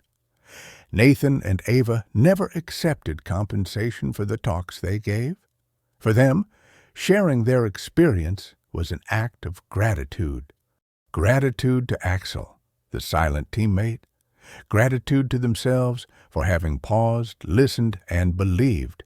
And gratitude to Ellie, the girl who was once just a cold case, now given a voice at last. Ava once wrote on her blog, "If that day we had told Axel to stop growling, banished him from the room for disturbing Lily, then maybe an unnamed child would have remained forever unknown." Axel didn't know he'd become a role model. All he knew was that every time he entered a seminar hall, someone patted his head and called him a good boy.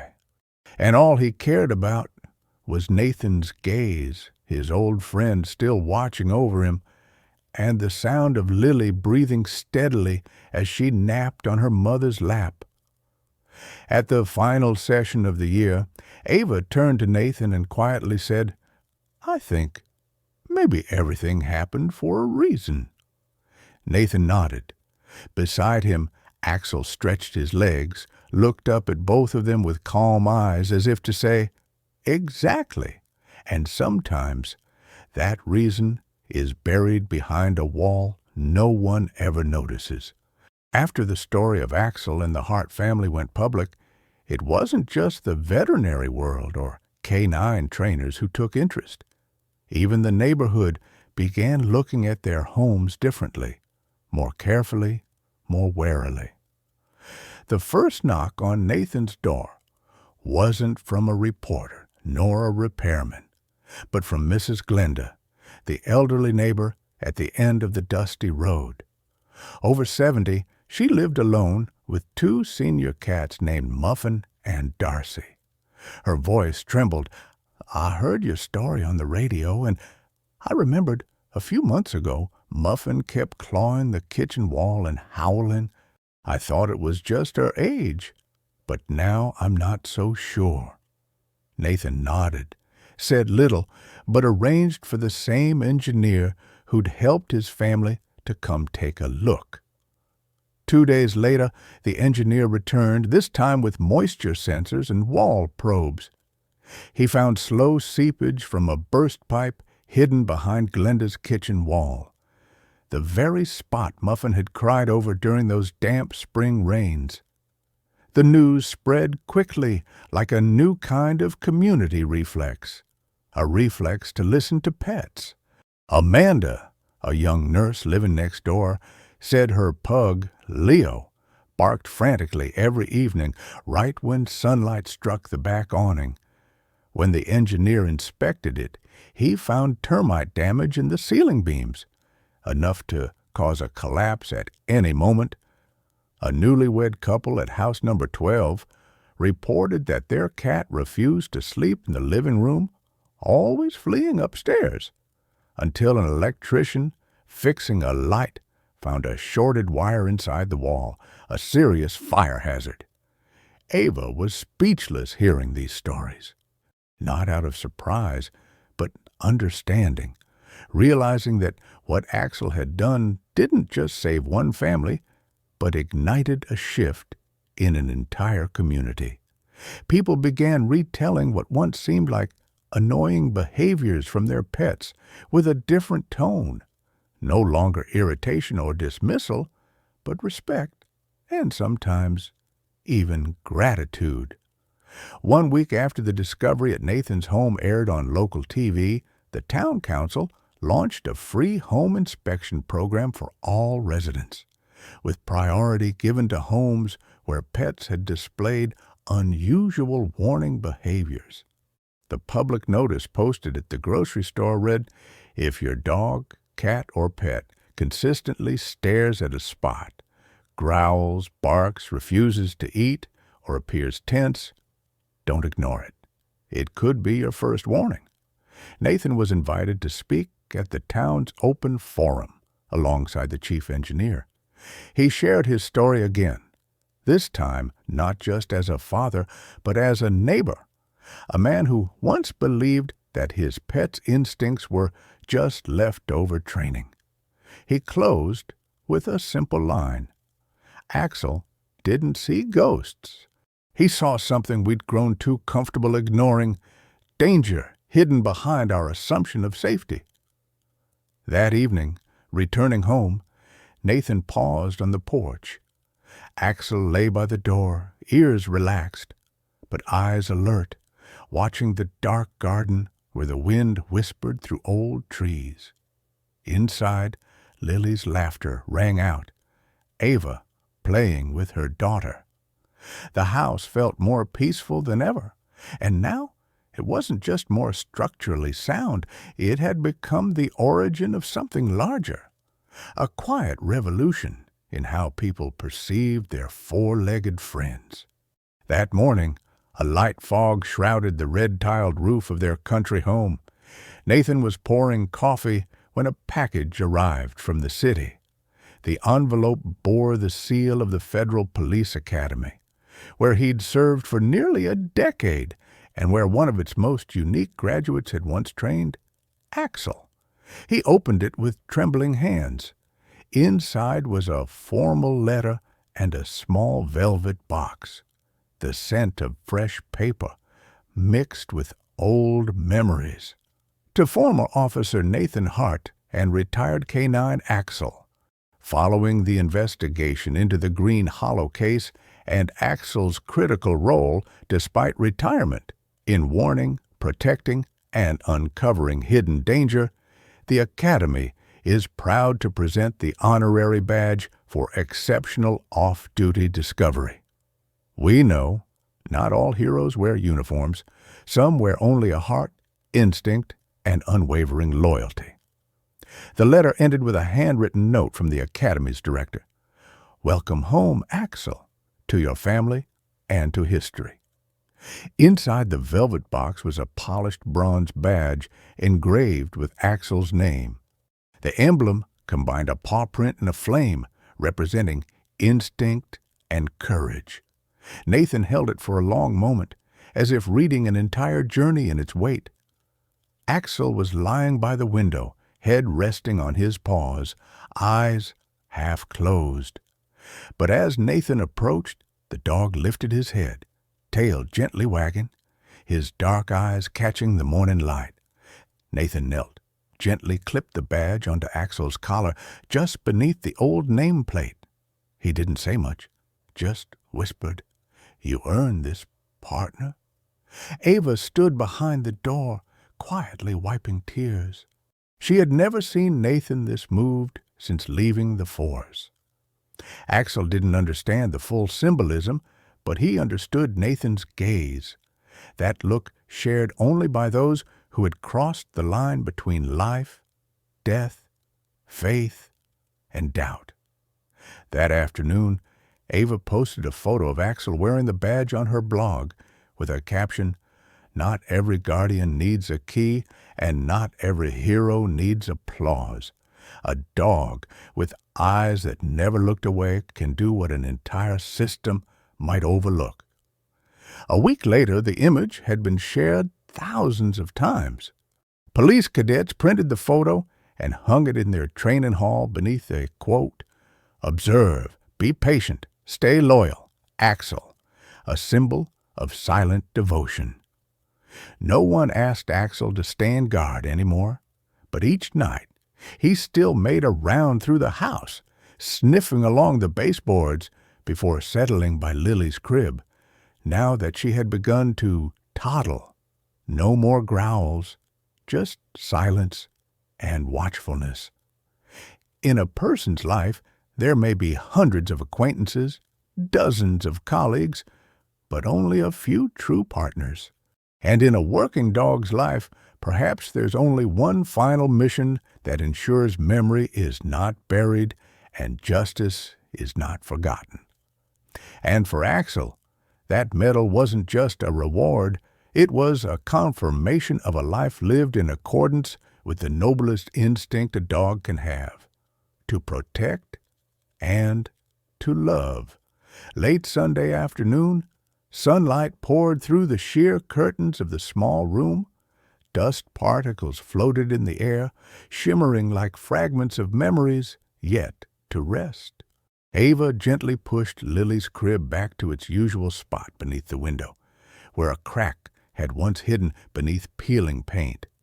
Now the wall had been fully repaired, fresh plaster, new beams, no more strange noises or whispering drafts. Nathan stood nearby, watching in silence.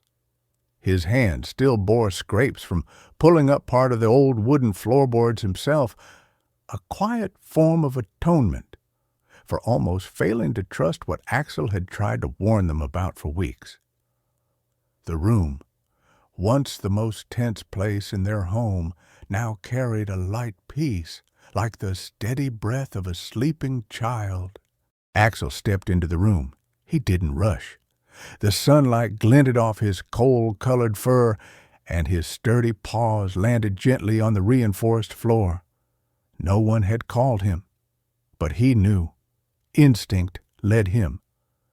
The dog stopped at the crib's edge, the same place he'd watched over for weeks. His ears perked slightly, then rotated. No growling now, no howling, no tension, only a quiet sit. Then, like a familiar ritual, Axel laid down his head resting against the crib's leg, eyes half closed, but ears still open, still listening. "I don't think he's allowed himself to rest completely yet," Ava whispered, brushing Lily's hair. Nathan smiled and nodded. Because a night watchman never leaves his post until the dawn has stayed long enough. Lily shifted in her sleep, her tiny hand reaching through the crib bars and brushing against Axel's soft ear. No bark, no jolt, just a gentle tail wag, one quiet thump on the wooden floor. Between child and dog, no words were needed. Outside, a breeze stirred the tree branches by the window. Insects hummed from the brush. But in that room, everything slowed. No more floating darkness, no more vague forebodings, only breath, the breath of the child, the dog, and the home itself, finally at peace. Nathan bent down and placed a small camera in the corner, not to monitor Axel anymore, but to capture this moment. He wanted Lily one day to see the friend who had once, night after night, laid there to keep her safe. That night, for the first time in weeks, the nightlight was turned off completely. No more amber glow of anxiety, only the gentle dark of trust. Ava hesitated at the door, her eyes shimmering. "You think we've done enough?" she asked. Nathan placed a hand on her shoulder. "It wasn't us. Axel did enough." They stepped out, closing the door softly behind them. Inside the room, only two remained, one growing with each passing day, and one who had lived through more than most souls ever would. In their own ways, they stood watch over peace. Axel opened his eyes briefly, not because of a sound, just a reflex. He glanced around, inhaled deeply, and exhaled like he knew. It was all right now. He didn't need medals or rewards anymore. He needed just one thing: to lie there in peace and listen. Lily was now over 18 months old. She toddled with arms flailing for balance, each step a new discovery and each fall a little memory tucked into the journey of growing up. The floor had been relaid with anti-slip wood. All the table corners were padded, but there was no escaping the falls of early life. Lily fell. Then Lily stood again. But what repeated wasn't the falling. It was the first look she gave after hitting the ground, not toward her mother, not toward her father, but toward Axel lying a few feet away as usual, near the old crib that was now her playmat. Axel never leapt up when she fell. He didn't bark, didn't panic, didn't rush in like a protective reflex. He simply watched calmly, steadily, with the eyes of someone who had seen war and knew that not every fall required lifting. Lily understood, even if she hadn't spoken a full word yet. She whimpered softly when her knees hit the floor, then turned teary-eyed but searching, as if asking, "Am I okay?" Axel wagged his tail. No voice, no movement, just that small response, and the world in Lily's eyes was right again. She stood, continued, and fell less with each passing try. Ava saw this again and again from the kitchen. At first, maternal instinct told her to rush over, but then she learned a different lesson, one taught silently by Axel, that sometimes protection meant holding back. "I never thought a dog could teach our daughter how to stand on her own," she murmured one day. Nathan, folding Lily's toys, smiled. "Because he once learned that on a battlefield, and now he's passing it on, like an older brother who doesn't need words." In recent family photos, Lily was always clinging to Axel, tugging his ear or hugging his neck. Every morning, before calling Mama, she'd crawl to wherever Axel lay and nuzzle into his fur. When Ava cooked, Lily sat in her play stroller nearby, and Axel lay behind it, his eyes never leaving her. Axel had never done that for anyone else before, not even in his service days, when he pulled survivors from rubble, sniffed out explosives, or followed the muffled cries of children behind brick walls. Now he had one duty left, to keep safe the very first steps. Once, during a stormy night, thunder cracked the sky. Lily woke in panic, crying hard, crawling out of bed before calling for her mother. But Axel, already there awake, unmoving, waited in his usual corner. As soon as Lily touched his warm fur, the crying stopped like magic. No lights, no arms, just presence, and eyes that never left her. Seasons passed. No one kept track of how many times Lily fell, but everyone remembered this. She never fell alone, because every time the world scared her, a pair of eyes across the room, like a silent fence, held her in the rhythm of peace. Nathan once wrote in his journal, "The day Lily learned to walk was the day Axel stopped moving. He just lay there as if he had walked far enough, and now it was her turn." And sometimes, in silence, comes the most steadfast guidance. On a summer night, moonlight filtered through the leaves outside, painting shadows on the walls like silent murals. The little house, deep in the countryside, now knew no more scratching sounds in the walls, no lurking darkness, no growling in the dead of night. Lily slept soundly, arms around an old stuffed bear, breathing steady. A warm pool of light from the night lamp rested beside the crib. The place that had once been the front line of fear, the place where a pair of sleepless eyes had stood guard. Axel lay there, unmoving. Half on the rug, half on the wooden floor, the German shepherd's frame rested. He no longer pointed his ears toward the corner, no longer sniffed the air. but his eyes remained open still, watching the crib. Those eyes, once steeled through gunfire, once locked on faint blood trails on cold cement, once peering through rubble to find the breath of a child, had softened, grown calm, but never faded. Nathan stood at the doorway, wordless. He just looked and saw himself from years ago on the training field, placing his life in the loyalty of that four-legged soul. They were no longer officers, no longer soldiers, but brothers in arms, still whole. "You don't have to keep watch anymore," Nathan whispered, though he'd said those same words 100 times over the past 2 years. Axel didn't turn. He still watched Lily, his little girl, dreaming like an angel, and every time she stirred, Axel blinked, not out of fear, just in sync. Ava came to stand beside her husband, hand in hand, and whispered, "Do you think he knows he's done enough?" Nathan didn't reply, not with words. Instead, he stepped forward, knelt beside Axel, and laid a hand on his back.